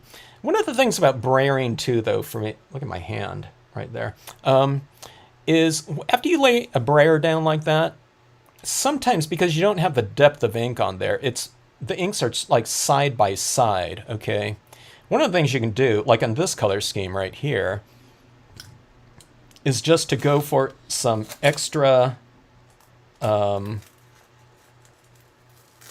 that I'm not used to stamping with the StazOn, so that like stuck to that because the ink was like completely dry. Okay, note to self, don't hold that down there as long. Okay, so let's see right here. But yeah, to get like a lot more kind of intensity, just brayer the background, and then you can go in here again with some additional tone. I guess if you're doing a brayered background, maybe go like vertical on this if you want to go for like an Aurora Borealis type of scenario. Okay, a much faster application. Okay, that's nice and dark like that. Sometimes I'm thinking about, I've been contemplating just starting to use StazOn ink for my main impressions, not M-A-I-N, not M-A-I-N-E, Don. Just because, you know, using the StazOn, a lot of people, it depends where you are. Some people, like, I'll use a certain type of ink and I can go over the top of it with my dye inks and color in, no problem. It works, you know, very fast and easy. But, you know, it just, the drying rate from one, you know, place to another is just very different. So, I don't know, I can get rid of a lot of variables just by using something that is going to be universal for everyone, okay? So, you know, like a StazOn, that's going to dry practically instantly for everyone, okay? You know, the only thing is I'm just going to have to clean my stamps. You know? I need to stop being lazy about that and just, okay, I'm just, you know, I'll have to clean my stamps after, you know, I don't know, maybe not after every use, but a lot of uses, okay? All right, so here is what I'm going to do here on this one right here. I didn't really color in this area right here because this end of the stamp is going to be right here. If I have this portion right here going off the end of the page, I don't do that, but I'm going to wipe off some of the areas down below here so that this transitions off with a much lighter area. And again, I'm stamping this from here down, okay? So it should match up, you know, with no problem with the top part. I'm not measuring things off either. Now, I don't want to stamp out this portion like this down here, you know, and get extra trees down here or something like that. But just in general, you know, you can see the shape of the image.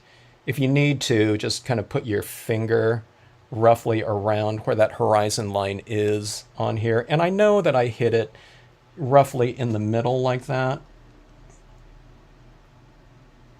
So I'm just going to position that down like that. And that should be adequate in terms of my, man, that is sticking instant. Oh my God. That stuck so much. I don't know if it even transferred it onto the foil like that. Why did it do that? Okay, let's go for side impressions. All right. Those of you who have worked a lot with StazOn, why did it stick like that?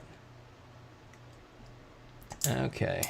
And it down like that. Oh, I don't know. It went on, I don't know, like instantly and came off. Did I keep it down there like for 2 seconds to, here, I'll show you what it looks like right here. See that really super light impression down there. I can hit it again though. I'm just gonna hit it again. Sans positioner, okay? Maybe I was sitting around blabbing about it too long and it dried on the stamp so that I didn't have enough ink and it just dried up instantly or something. I don't know. All right, let me hit it again right here. All right. Wipe it off again. Let's see if I can get it in here. I don't know. Okay. That really wants to stick in that center area for some reason. Huh. Okay, let's go again right here. This one's going to come off just fine, I'm guessing. Yeah, I don't know. All right, so that's what we have down there like that, okay? You see that right there? But then we'll just match it up like this.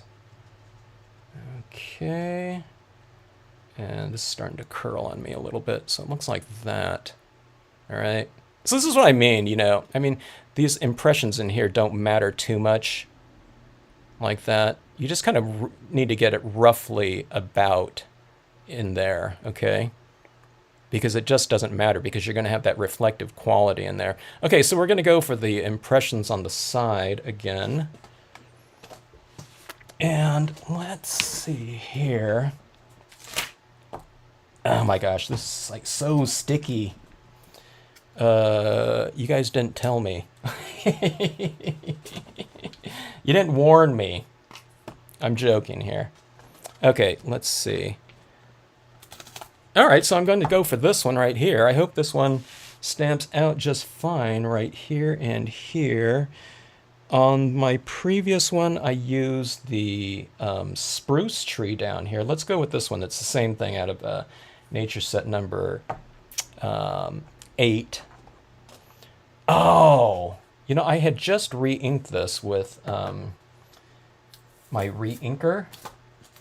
So do you think that there was more ink on those first impressions that I made? And this is like drying on me real fast. Maybe I'm not closing this up, so I just didn't have as much ink on there as I thought. When you use your StazOn inks, are you guys re-inking quite, you know, like all the time?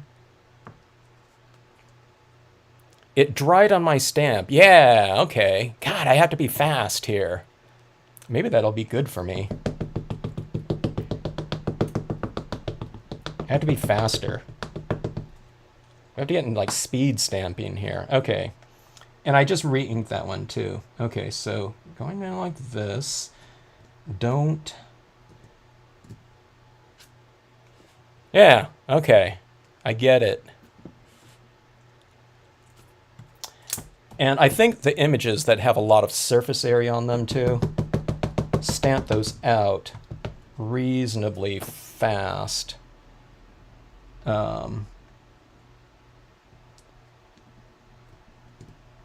Without too much delay, okay? Boy, that really stuck, okay? I'm talking about the ones up here.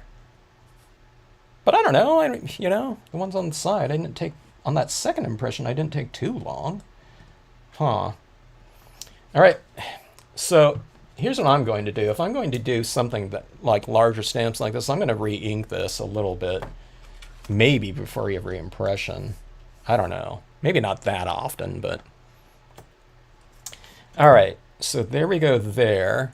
Now, normally I would have to heat set that with, if I was doing it in Brilliance, okay? But let's throw this down like that and see what it's going to look like, or get the gist of it a little bit, okay? So like there. How's that look? That looks really good in the foreground like that against that, in that gold. See, like right here, see this little reflective area down here? If that wasn't on the gold, the silver, I think that gold is really adding to that whole look. At least in certain color combinations, huh? Okay, so here's what I'm going to do too here. Okay, so this was stamped out in that dye-based ink. One of the things that I'd like to do too on these pieces is to go in and we'll add in a little bit of extra tone down here just to make some of our rocks seem a little bit more three-dimensional. I may need to clean it. Oh, you mean the stamp before I use that? Huh. PJB collected her stamp. This is a brand new stamp pad that had never been used before.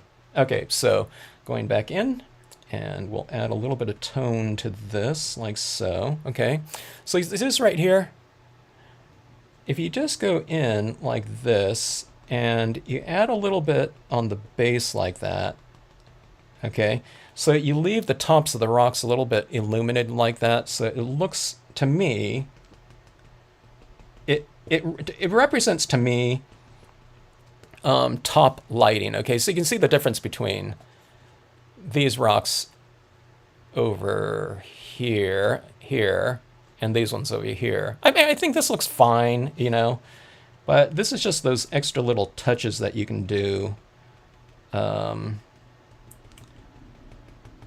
make, to reinforce your lighting in there, okay?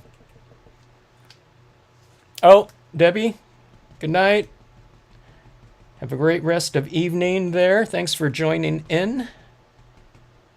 Okay, so kind of, and also when you darken these areas like this, you kind of focus the viewer's attention a little bit more on the interior like that, okay? So we'll go like this and take a look. Like that, all right.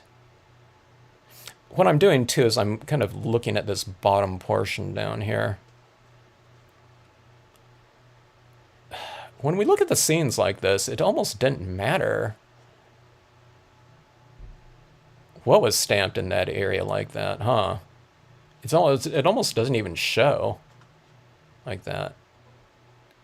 Okay, let's go a little bit more. I think that I want to create a little bit more separation.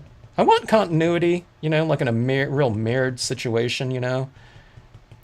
But I do like to have a little bit of separation in there as well. So I'm just putting a little bit of tone right there for that purpose. And I was thinking about adding in some additional tone right around here with the Brilliance pad, because you can kind of blend it out, but I don't think I need to. It's like already kind of taking care of that, and it's, you know, just with that reflection area like that. All right. So let's hit this area up here and kind of finish off that Aurora Borealis type of look to it. I don't think it looks, I mean, it could be forest fiery-ish, but I think it looks a little bit more kind of northern lighty to me now. Photo paper work for this. I mean, you can do other types of things with photo paper, but you won't blend in your colors like that on photo paper, Diane. Photo paper works almost the opposite to glossy cardstock with layered dye-based applications like this, though, okay? But you can use other types of media. One of the things that I think photo papers are really fantastic for are alcohol inks. So if you have like bottled alcohol inks, you can probably come up with some really cool background in there with something like that. I'm not, you know, I don't do alcohol inks. I mean, I do alcohol markers, but I've seen some of those like paintings that people do with their alcohols that are really amazing. And they come up with all kinds of different textures and things like that. I don't know how to do that, but I'm taking it. It's with brushes or some kind of sponge applications where you see those kind of washy types of things, you know, like that. Oxides would look really cool with this too, and you do that water reactive type of thing for a background. And it's not going to look like that, you know. But you can do some kind of really cool applications like this. Okay, so I don't want this to look like snow in this case, so I'm just going to cover it up like this. And I'll go for a little bit of a heavier application up like that, and then we'll transition it down like this. 8 inches or so from the surface, roughly about. Inked up or painted only in this top little corner section of the brush, and then you know, you get out that excess paint out of your brush too, so you don't have this big, you know, sopping wet brush like this. And then when you do this, I'm only releasing like 3 or 4 bristles, okay? And then I just kind of redo it, okay? I just keep going like this. I don't zip it like that. You know, I might if I have like a, you know, like a huge 8.5 by 11 or something of that sort, but like for most of my, like right now, I'm probably releasing like 2 or 3 bristles, you know, max. Okay, so you get that. Oh, I should have zoomed in. Sorry about that. But yeah, it looks so much more, you know, northern lighty-ish, I think, with the stars in there. If you don't have, you know, some splatter painting paint that you can use, gesso, correctional white or something like that, just use your white gel pens, white paint pens, something like that. That white in there is probably dry at this point in time. This dries really fast, so it's really user-friendly. So sometimes what you can do, too, is you can go in, if you want to tint some of those paint dots, you can come into it and, you know, add red or something like that right over the top of them. You can mute some out if you want to. Ooh, this is white on here. That one was wet there, okay. If you add too many, too, you can just kind of wipe it off like that, you know. All right. All right, so that was wet. I was going over like a large dot like that, but that does dry very fast. Calligraphers use it for their lettering, so it has to be fairly quick drying. Okay, so let's check out that again. I don't know if the stars will show up. Let's see if the stars show up down there in the reflections. That'll be kind of a bonus. It kind of does a little bit.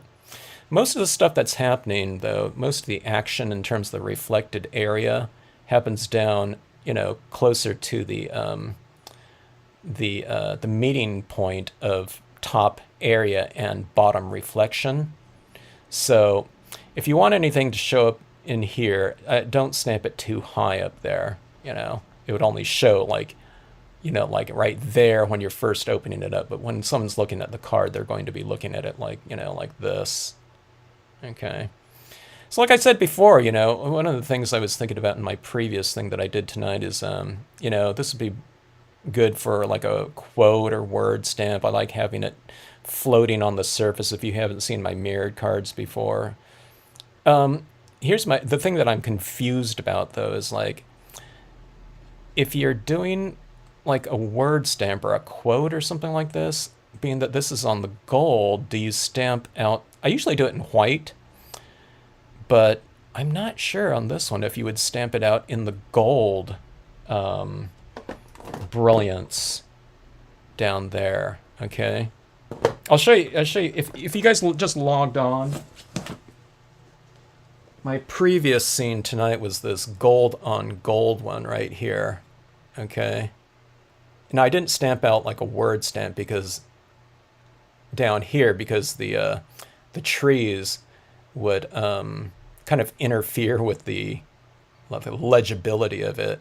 But anyways, that's how gold would look like here. You can stamp out like gold. I usually don't do gold, or I usually don't do words or quotes up here, because it would be reflected kind of upside down. But if you do them high enough, it really doesn't show up. It would be like down there.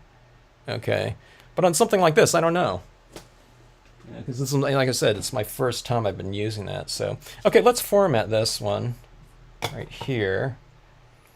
We can do that, and I would still spray seal this one too, with like a Krylon gloss or something like that. It'll make those inks seem even deeper and more intense and saturated.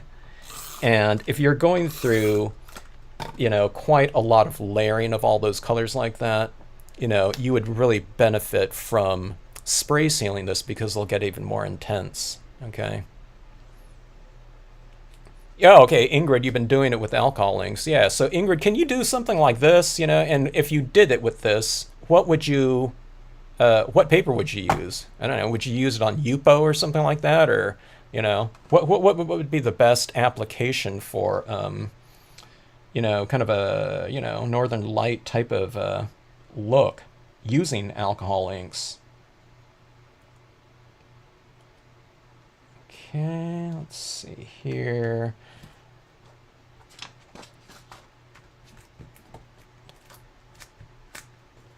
Dawn pulled out our alcohol inks, and tried moving them around with the airbrush, huh? Sounds cool. Did it work? Glossy ceramic tiles. Okay, that sounds good. I love the alcohol, the whole alcohol ink look, you know. So, I don't know. I think that those different types of textures, I love those like different types of textures and things like that. So, and intensities. And I just think that you know, if you had something like that going on, so oxides, anything kind of interesting like that, in a scenic stamping situation, you know, we have a lot of like things where we're stamping like bodies of water. I just think that it would look really cool. Okay, so here's the thing that I think I will start doing for now on mirror cards. I would say that definitely stamping the imagery on this mirrored surface area. Look at this. I put my finger in that right there, but you know, it doesn't really even show. Stamping out this bottom area down here just in the StazOn, just so you don't have to spray seal it, so that it remains nice and reflective and doesn't give it this kind of frosty tinge to it by spray sealing it down there. So, you know, when you spray seal this top portion, if you already format your card like that, I mean, you could have sprayed sealed this before, you know, before you tape it into this, but, you know, just go like this and just spray seal this way, okay? But I think going forward, I'm just going to use the StazOn down here. Most people have StazOn. I don't know. Does anyone not have StazOn? I don't know. Who mentioned it earlier? You know, you collected those StazOns, but you haven't used it. But I think most people have a StazOn Black or something like that. And, you know, if using it on foil like that, why not? I mean, okay, that was on StazOn too. Okay, I forgot I stamped out that top portion on you know, with StazOn as well. But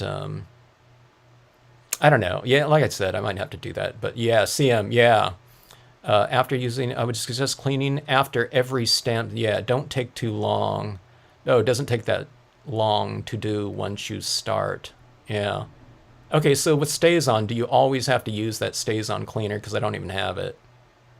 I'm just going to take like a sponge or something like that, I think, and I'm going to put a little bit of a, I don't know, like something like oh, I usually used like a little diluted simple green or something like that just to wipe it off. Okay, Yupo for that look there. That would be cool. I've never done that technique before. Alcohol inks on Yupo. The airbrush. Yeah, the airbrush. Okay, for something like this, if someone has an airbrush, you know, that would be, you know, like one of the perfect tools for doing something like this. You know, if you have control. I haven't been using, you know, I used to have one of those types of tools that burst, you know, that shoots that air onto the markers. I was using Letraset markers back in the like my high school days, and it seems like you can do something like that if you have like that like some kind of you know, a standard airbrush using alcohol inks, or if you have that contraption where you use the Copic markers with like an airbrush too, that would work. You know, some kind of really interesting effects and whatnot. I think it would be really fast too. So just layer them, and alcohol inks are also transparent, so build up your tones like that. But I think that, I don't know, like in here, I think that there's a little bug on my, there's a bug trying to get into my scene just now. Yeah, I don't know, give it a try, you know, and really layer them. Like I said, I would, you know, layer them out in a tone. Yeah, that's looking pretty good down there on that gold. I'm not saying look at me. I'm, you know, I'm talking about the gold reflection down here. So we use this gold area right here instead of this. Let's see what that would have looked like in silver. You know, the finished piece right here. So, all right.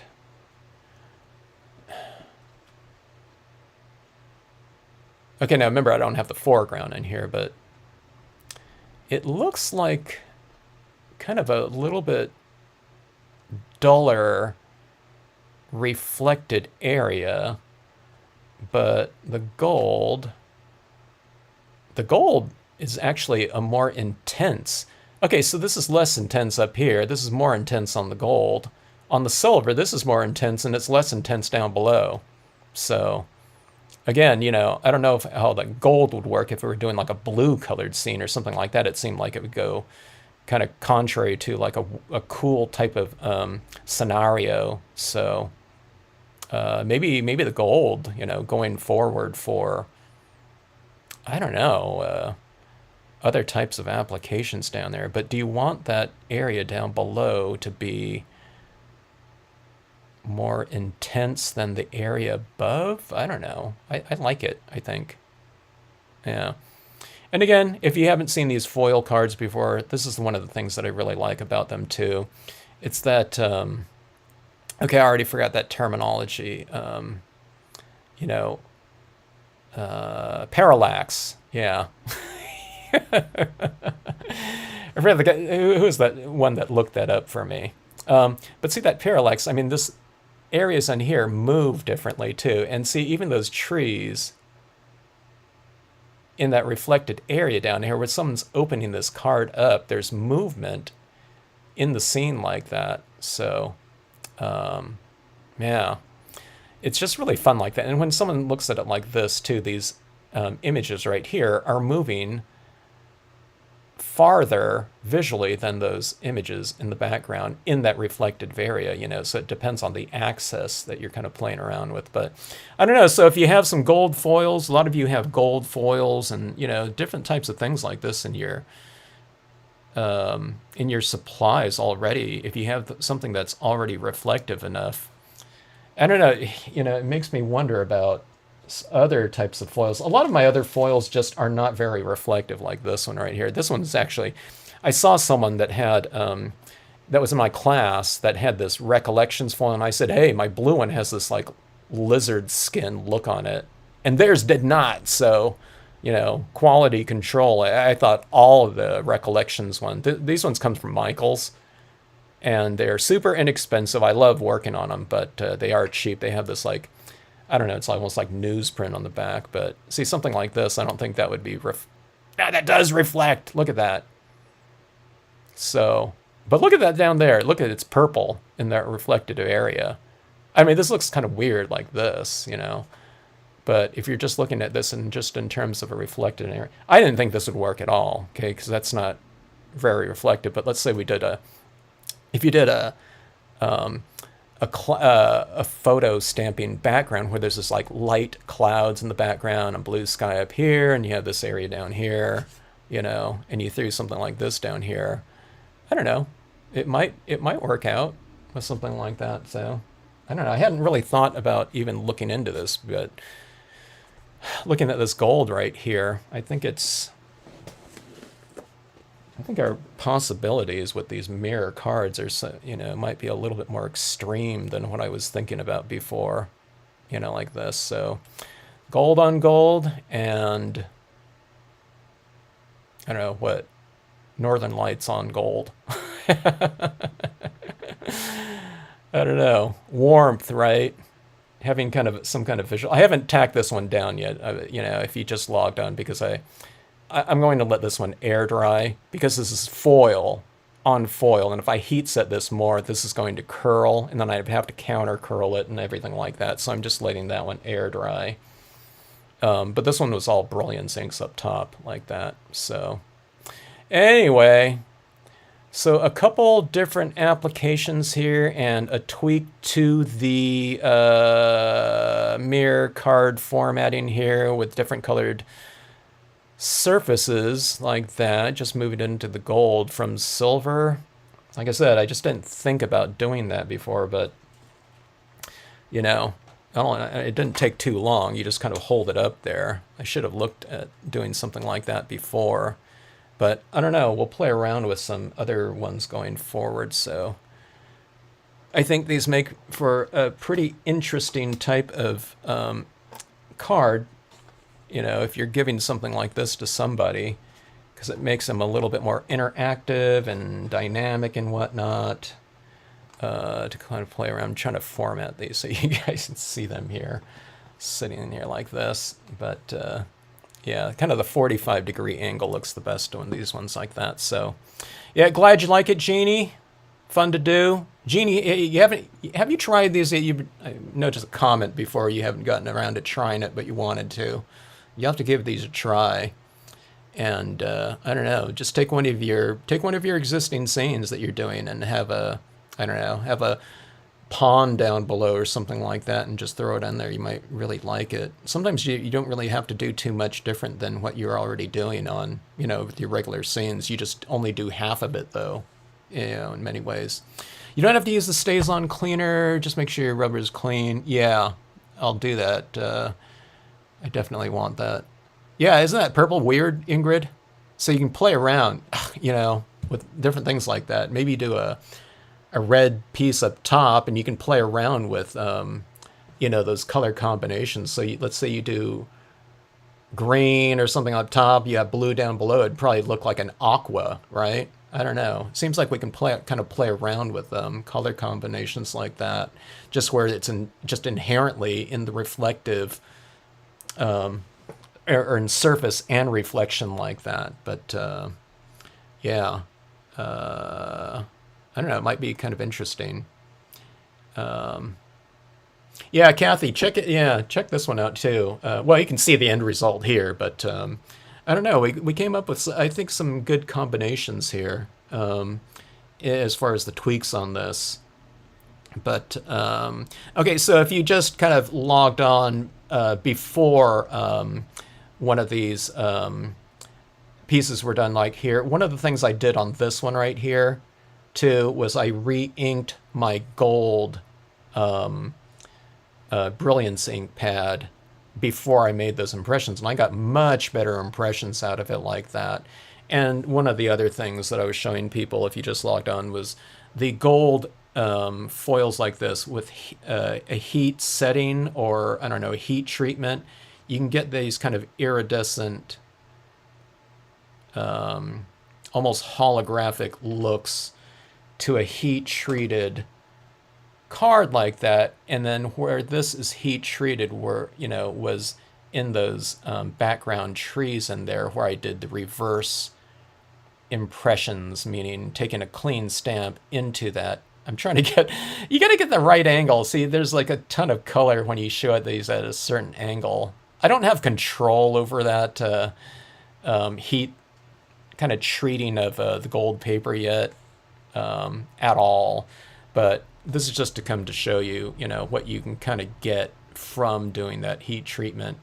This one is a lot of heat right here, and I was just seeing if that would disappear. Maybe I overheated some of these areas, I don't know. But you can see this color is like throughout this entire piece right here, or this entire ring right here.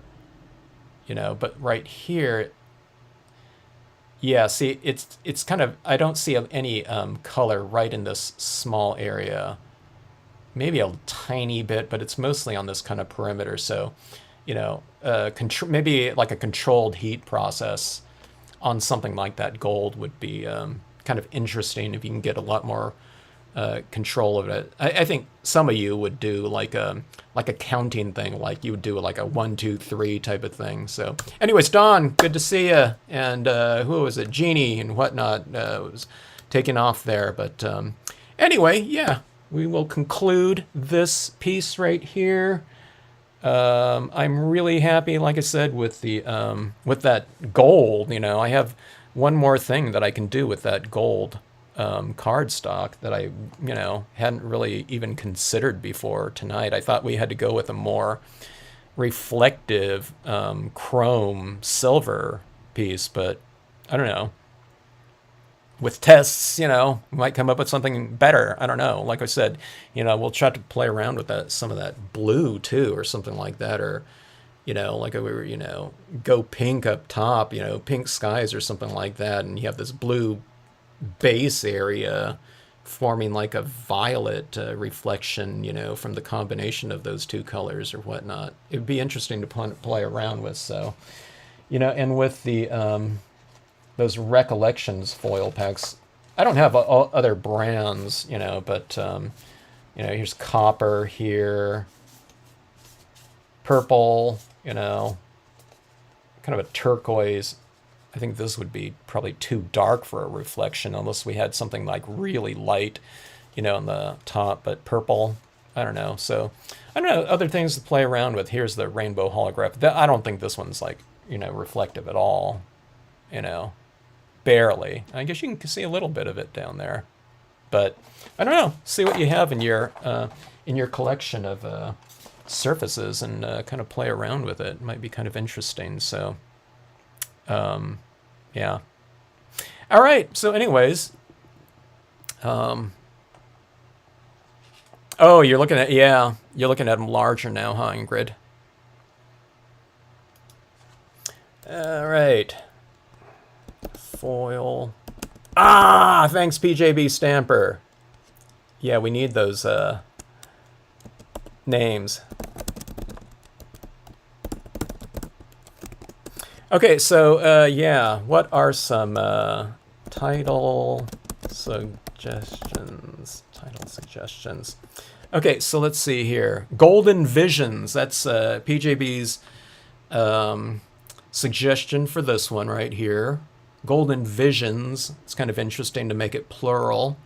Are there any other suggestions that come to mind for this piece here? I'll hold this up, see if anyone gets kind of inspired, or does this evoke any kind of titles for you? The Golden Visions has been one to get thrown out there. Not thrown, but suggested very thoughtfully. All right. Thanks, Kay. Golden Visions.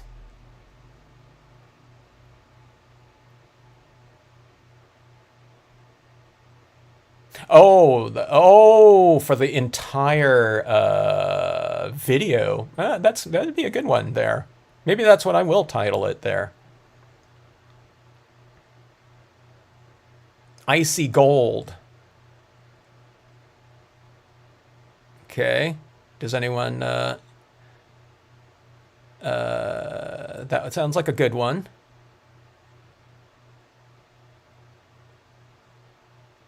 Or Gold Ice. That reminds me of that black ice kind of technique, huh?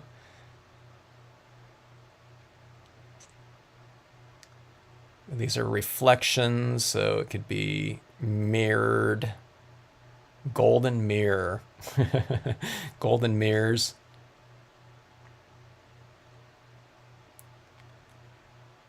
What's the problem you solve? Benefit for the viewer.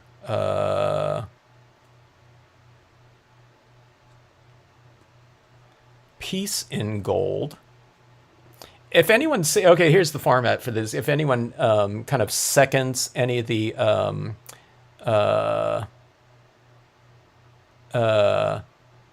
title suggestions, just let me know.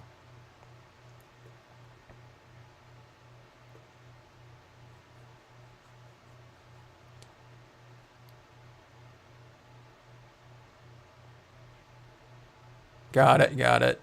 Gold Reflections. That's for this one right here. We got, let me see. Icy Gold.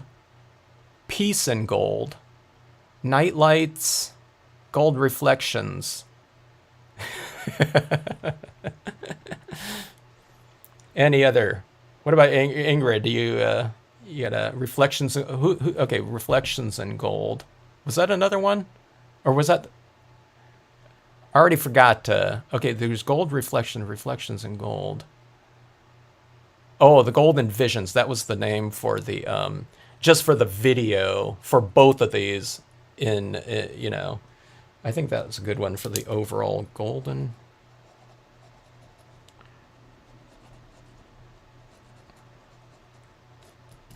Okay, let's see. Icy Gold for the first. Okay. Okay, Kay gave a second to Dawn's up there. Wait, Icy Gold. Okay, so Icy Gold. Icy Gold. Okay, all right. How about for this one right here?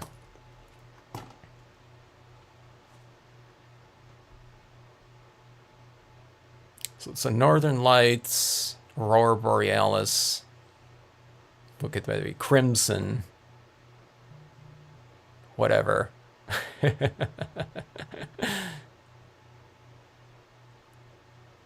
My fingers are covered in ink now. Is that the title for this piece?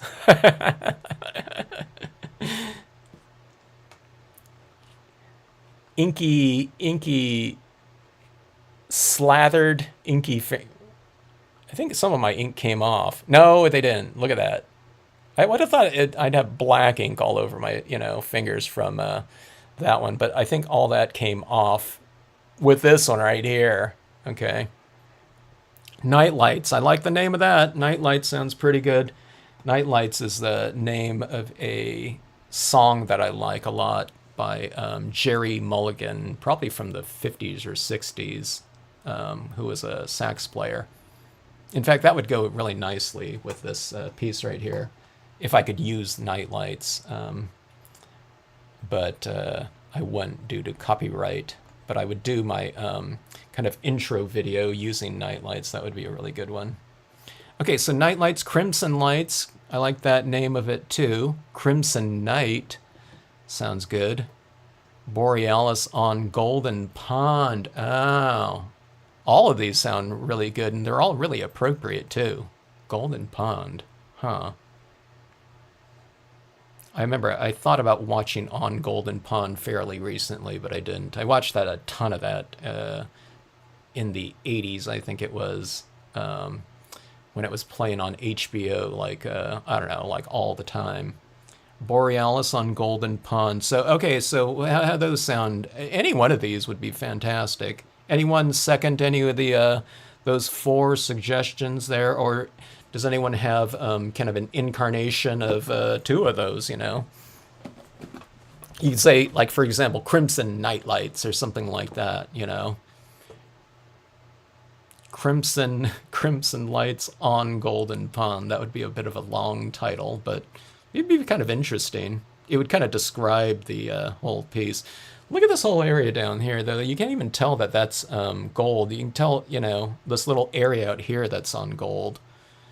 But, I don't know, that really warmed it up, huh? Night Lights on Life. Huh. There's a 5th suggestion there. Okay, Borealis on Golden Pond.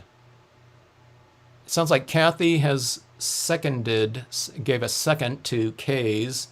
Borealis on Golden Pond. Are we going with that? Crimson and Golden Reflections.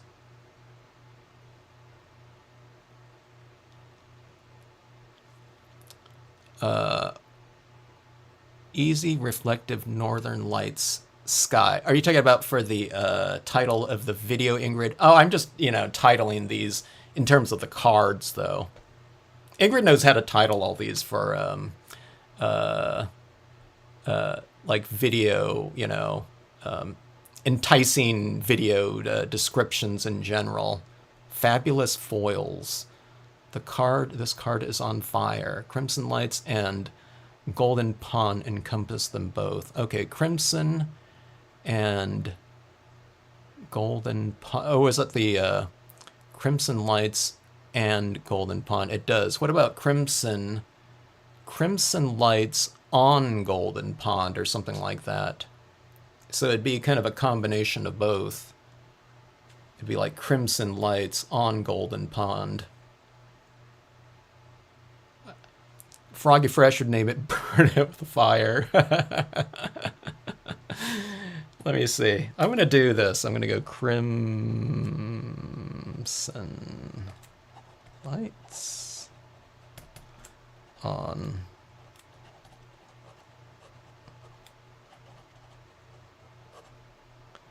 something like that, maybe.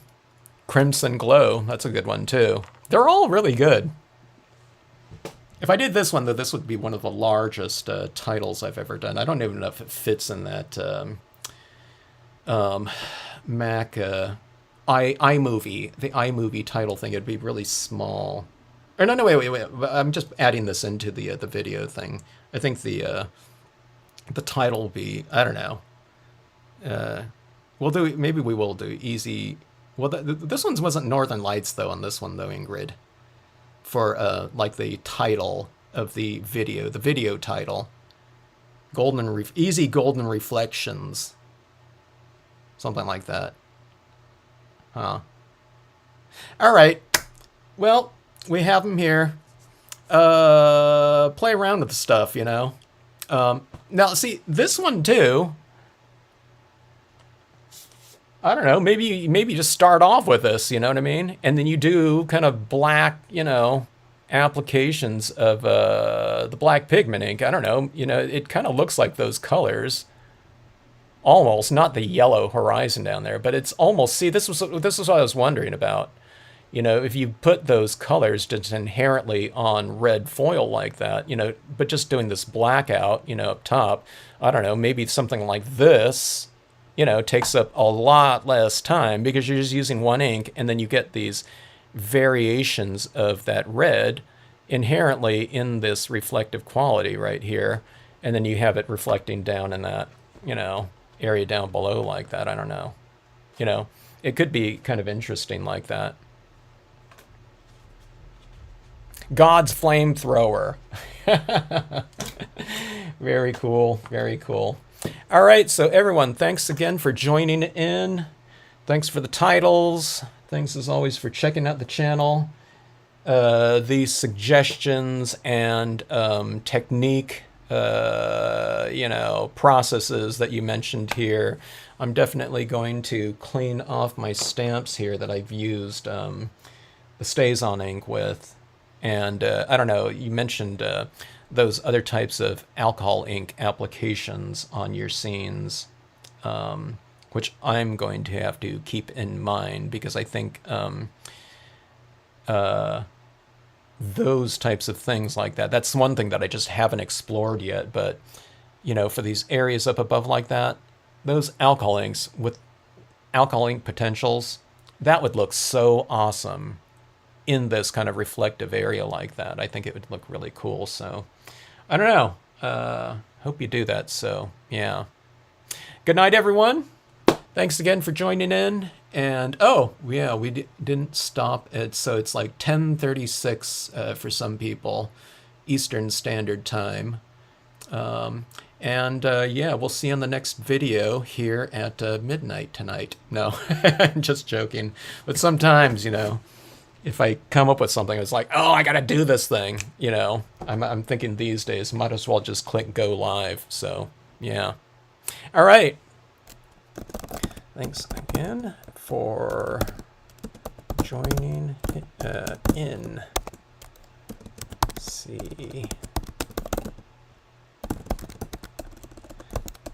the next stream. Thanks, Ingrid. We'll see you on one of your streams. I'll say hi next time. I didn't want it to be a distraction or something like that. But I was just popping in and watched you. I watched you for a while, and very cool. I love that piece you were working on. And I think you had your inspiration piece or something like that, but it was on that raised, I don't know, that panel or whatever you were working on that was really cool. That kept kind of like evolving. And yeah, fantastic stuff. Everyone check out Ingrid's channel. Always cool stuff. And yeah, always say that I love that Harry Potter one of yours. So fun stuff. All right, CM Hawkins, thanks for the tip on the cleaning there. PJB Stamper, we'll see you on the next stream.